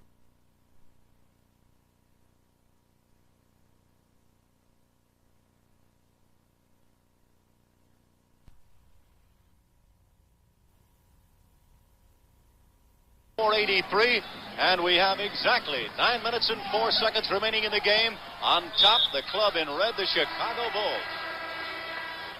Now the Pistons, I believe, are gone for a timeout. So the Detroit Pistons have gone for a timeout with 9 minutes and 1 second left in the game. 84-83, Chicago on top. Boxing fans, CBS presents next Saturday the World Lightweight Championship. Roberto Duran, the WBA World Lightweight Champ, taking on Esteban de Jesus, the WBC Lightweight Champion. That's for the undisputed World Championship, televised live from Las Vegas. We have a one-point game here in Detroit with 8:56 to go. And a foul has been called at midcourt. Number 7 is Joe Gashu. Joe, the official, explaining that there is a discrepancy on the clock at the scoreboard. Now Ed Badger is in the gray suit. He's over there talking. Ed not too happy right now, looking up at the scoreboard. And he looks across the way to Bob Kaufman as if to say, hey, what can you do? The timer's out. So Ed Badger, the head coach, who has had a tough job turning the Bulls around. He's done apparently a pretty good job at it, John. He's done a fine job. The pressure's been on him, of course, different times throughout his 2-year span there in Chicago. This guy also, he served on the U.S. Olympic basketball committee, and he was in high school, college basketball, and he joined the Bulls in 1973, and of course, been there ever since. Well, he was the Bulls coach in the Summer League in California, if I recall, for a couple of years. That helped him immeasurably when he finally did take over Chicago. 8:55 to go. They fixed the scoreboard clock, 84-83. The team in the lead is the team with the basketball. Artis Gilmore against Leon Douglas. Takes him into and out of his sneakers. Artis Gilmore attacking the basket quite a bit more now. Of course, Douglas is on him. You can see he has that inside move. He fakes, sometimes fakes too often. That time, of course, getting Douglas in the air and leaving the basket wide open for him to jam it home.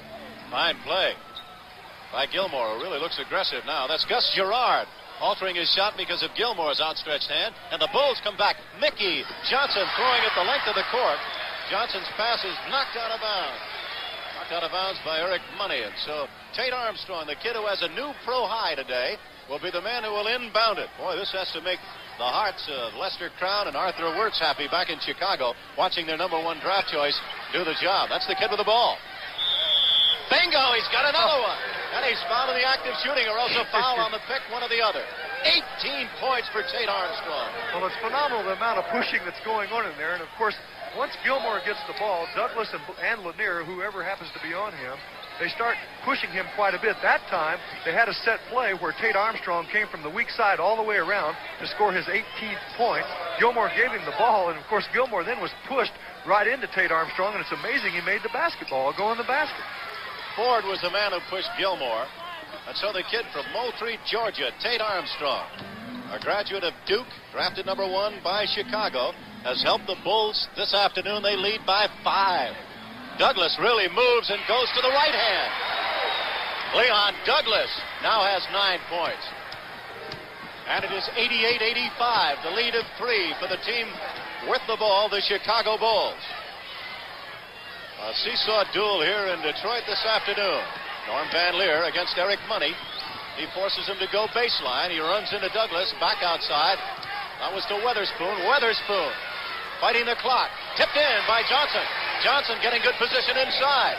So Mickey Johnson now has double figures in 12. 12 points this afternoon. It is a 5-point lead, 90-85 with 7:20 to go. An offensive foul is going to be called, or a blocking foul. Well, Norm Van Leer read that very well, and he almost got there in time. His feet were not set, so therefore it was a blocking.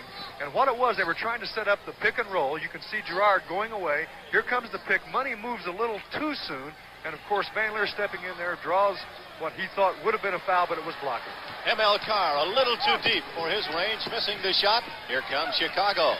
Armstrong looking for the shot, then wanted to go to Weatherspoon, but it's knocked out of bounds by Detroit. You know, each one of these arenas in the NBA, John, and you've played a lot in it, you know them, they have their own personality. They sure do, Jerry. Of course, today they're all much newer than they were a few years ago. This one in particular, it has some dark areas because of the big scoreboard in the middle, and under each basket it's somewhat dark. It always bothered me a little bit, and this was an arena where I was always very much aware of getting the ball up high in the air because the rims always seemed to be a little high. We have a double pivot situation now as Bob Lanier re-enters the game along with Leon Douglas. Two big men in the game. Let's see how they do it offensively. It is 90-85, the lead of 5. Lanier is back in the game, really going at it underneath against Gilmore. Now it goes inside to Lanier. Watch the duel. Oh, what a great shooter for a big man. He sure is, Jerry. And the difficult thing about him is that he goes to his hook left. He can also shoot the jump shot. He can turn either direction. It makes it very difficult to defend him. M.L. Carr knocked it out of bounds. He has what they call a feminine touch from outside. Very soft and very, very accurate outside. So that big bucket brings him down to within 3. 6.5 to go in the ball game. Chicago 90, Detroit 87. We're good and tough. We're the Kellys. The Kellys have a way to save gasoline from the ground up. A steel-belted radial called the Kelly gas pincher. When we tested a set of gas pinchers against our non-radials, the gas pincher pinched from 14.5 up to 31.7 more miles out of a tank of gas. That's hundreds of more miles a year with the gas pinchers. We're the Kellys. Rolling, rolling, rolling.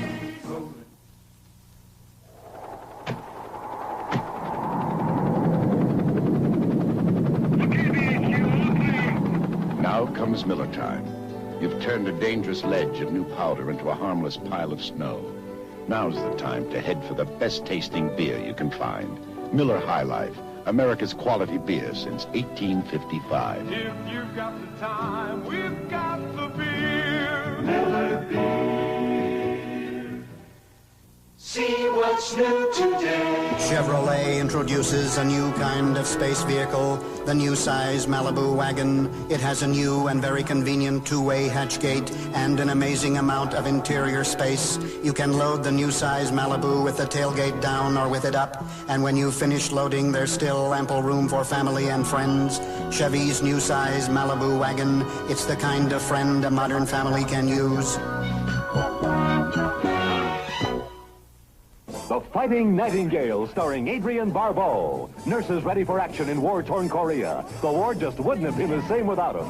Monday at 9:30, 8:30 Central and Mountain.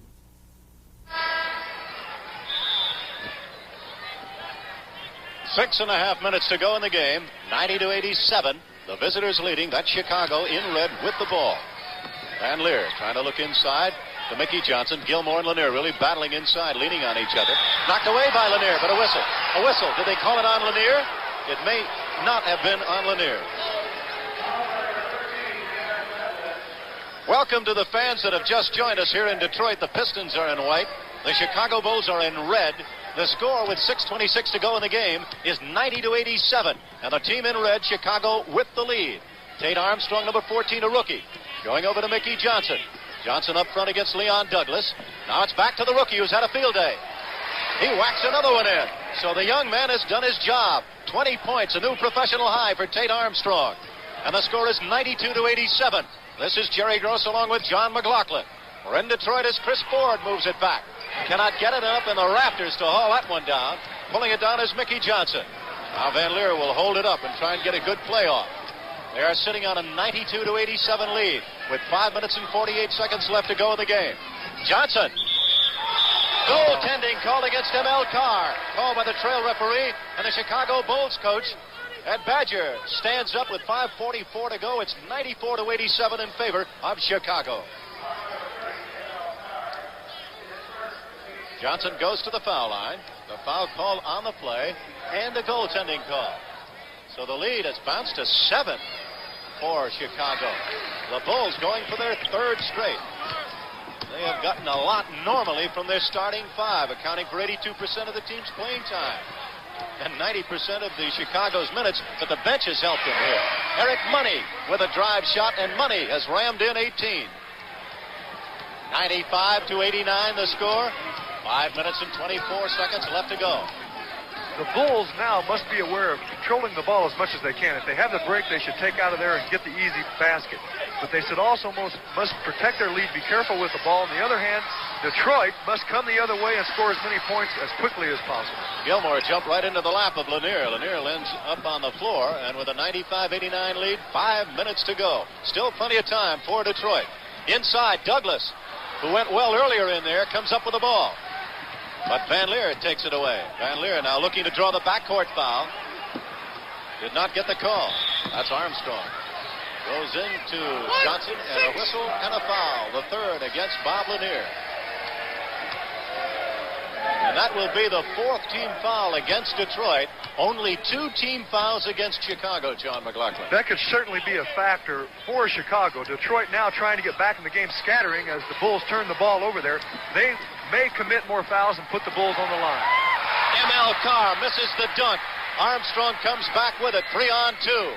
Back over to the rookie. Blocked. Goaltending. Goaltending is called. Goaltending called, and called immediately by both officials. Both officials called it. Here you can see Armstrong gets the ball back. Now watch how high up in the air he flips it, because he can anticipate the big guy trying to block the shot. That's Lanier going inside, loses the ball, gets it back over to Eric Money. 4 minutes and 15 seconds of basketball left in this one. 97-91. The lead is 6 for the club in red. As we look back at that replay, Jerry, I'm not sure that was a goaltend. I think perhaps the ball was still on the way up. Let's see what happens with Gilmore outside. Artis Gilmore measuring that one, averaging 23 a game. The big guy has 17. How he has improved this year. Tremendous improvement. The people in Chicago are extremely proud of their ball club this year. That is Chris Ford, making it 99-93. The lead is 6 with 3 minutes and 43 seconds to go. Now, the Pistons, I am sure, they're going to have to start picking up a little higher to intensify their defense, and at times, perhaps double team to try to get Chicago to turn the ball over. Gilmore in the hole. Made a good move. Gilmore really asserting himself in this one. 19 points for the quiet man from Jacksonville. Came in the dispersal draft from Kentucky. Lanier trying to get back the other way, has Van Leer on him on a switch. They should go back inside. They do, dropping off to try and help out is Johnson, but a foul. Wisely, Van Leer hit him first before he could get the shot off. Well, at both ends now, you can see the club's aware of going to their big men to try to play percentage basketball. The big guys get it so close to the basket, and they both have enough talent that if they get it inside, it is a pretty good percentage shot. An excellent foul, because that's only the third. Now Van Leer trying to do something on defense, and Lanier with a double pump scores. An excellent foul by Van Leer. Earlier, that was only the third team foul, and he prevented the big guy from scoring. There's plenty of time for Detroit to win this basketball game if they do not commit the fouls. They are in foul trouble. On the next foul that they commit, the Bulls will go to the line. Van Leer handing off to May. May inside, still turning and scoring, and he's fouled. 2 minutes and 47 seconds to go in the game. It is a 103-95 game. Well, big play by Scott May. Actually, the ball is lost here. He gets it back, but watch how he protects the ball and turns his body into Douglas, who commits the foul. We have 2:47 to go. 103-95. Chicago leading here in Detroit. When you're in trouble, it's good to know you can call someone who will bring help fast. An independent insurance agent who represents the cavalry. The Kemper Insurance Companies and other fine companies. In a whirl of red tape, here's a maverick who's tough, fast, and fair. So when you're in trouble, Your independent agent will be there. Where do you find help like this? In the Yellow Pages, under Kemper. Before you buy a food processor, Hamilton Beach suggests these tests. Does it chop a full load of meat at a time? The Hamilton Beach does. Does it grate hard cheese with ease? The Hamilton Beach does. Does it make yeast dough without stalling? The Hamilton Beach does. Does it mix, shred, mince, blend, puree, and slice? The Hamilton Beach food processor does it all. The Hamilton Beach food processor. Only from the Hamilton Beach Scoville World of Appliances.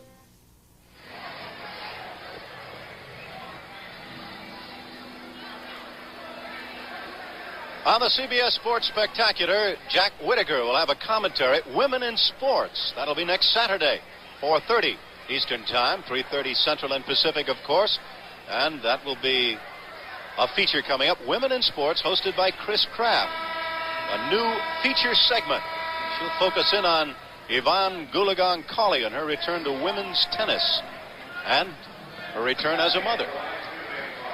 Now Scott May at the line, going for the three-point play. He gets it. And Scott May's had a good afternoon with 19 points. It's now 104-95. That's the three-point play with 2 minutes and 41 seconds to go. Detroit is behind. They're going to have to hurry. Girard takes Gilmore inside. Out of the ball game now on the other side of the court was Lanier momentarily. That's Gus Girard fighting the clock. A big rebound coming up for Chicago. They couldn't hang on to it. It goes out of bounds, but it's saved before it goes out by Gilmore.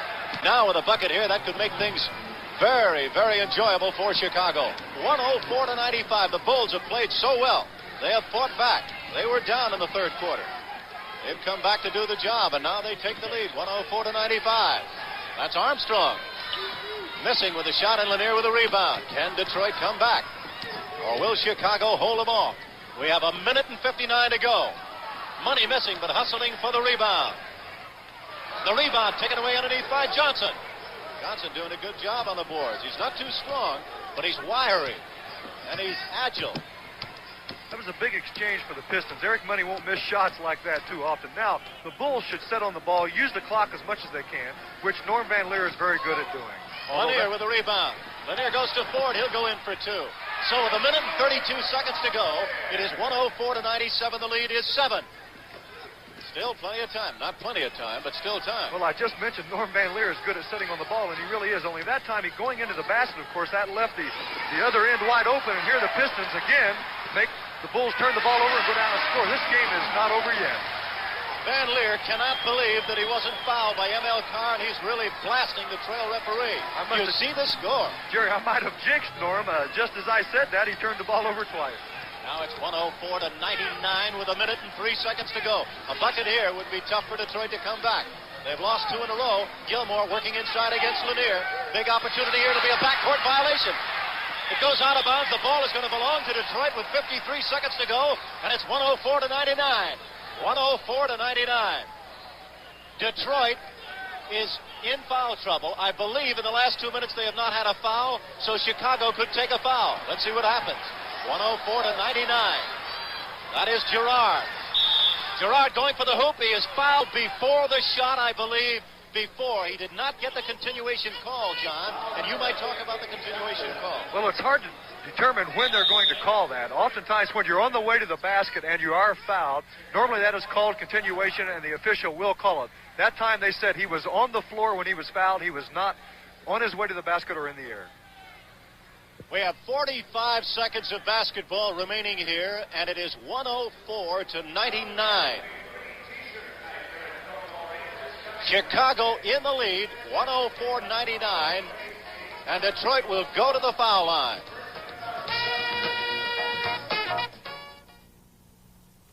We've got millions of dollars worth of computers and research electronics here at Bache. Computers are very helpful, but they can't make the final decisions for me and my clients. Decisions that can make the difference between winning and losing. Our research has got to be some of the best in the business, but any research is only as good as the broker who uses it. I work at Bache because Bache is one place that tries never to forget that. The winning attitude at Bache. Put it to work for you. As good-looking as Etonic golf shoes are, that's not the only reason to buy them. After all, it's how a golf shoe feels that really matters. And that takes thoughtful comfort features.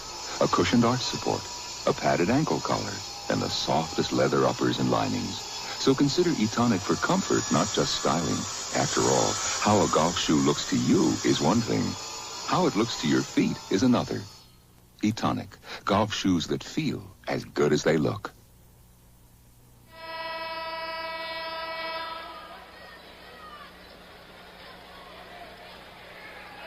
You see the time remaining in the game. No one going to the foul line. That is only the first foul in the last 2 minutes. The next foul will be a shooting foul, and there it is. There it is. Van Leer, a 1-and-1 situation coming up now. The Pistons, of course, needed 2 points at this point in the game. They were running a set play going back into Lanier, I am sure, but Ford got fouled, put him on the line, and he's a pretty good free throw shooter. Chris Ford goes to the line. Ford, a 78% shooter. This will cut the lead to 4. It does. Now it'll cut it down if he makes this one down to 3. 41 seconds to go in the game. The lead now is 4 for Chicago.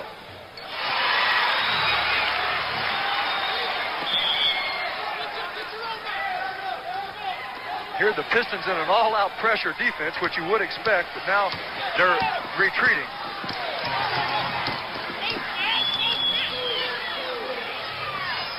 Welcome back to Detroit. Jerry Gross with John McLaughlin. We have 29 seconds left to go in the game, and the lead is 3 for the team with the ball.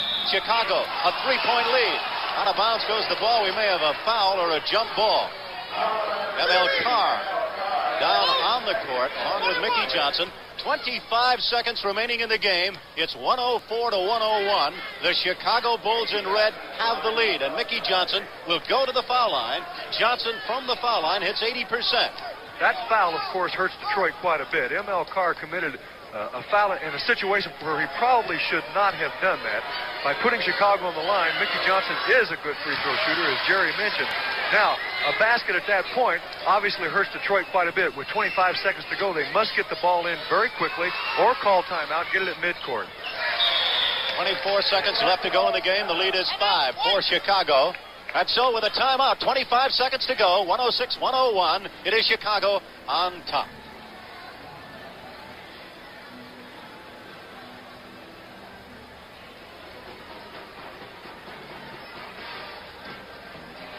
"25 seconds remaining in the game."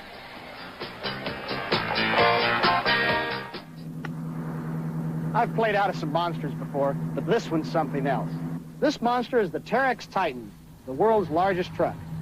It's the big daddy in the Terex line of off-highway equipment. Equipment used worldwide for mining, logging, and heavy construction. Whether it's playing golf or moving mountains, you need to use the right iron.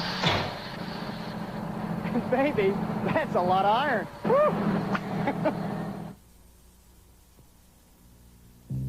Now it begins. The thrill, the magic, the boundless excitement of golf all rolled up in a ball. MaxFly. Only MaxFly brings you this unique aerodynamic design, this long-distance peak trajectory for carry with control. Red Max. And total MaxFly quality in a durable cover. Blue Max. MaxFly, a flight towards perfection.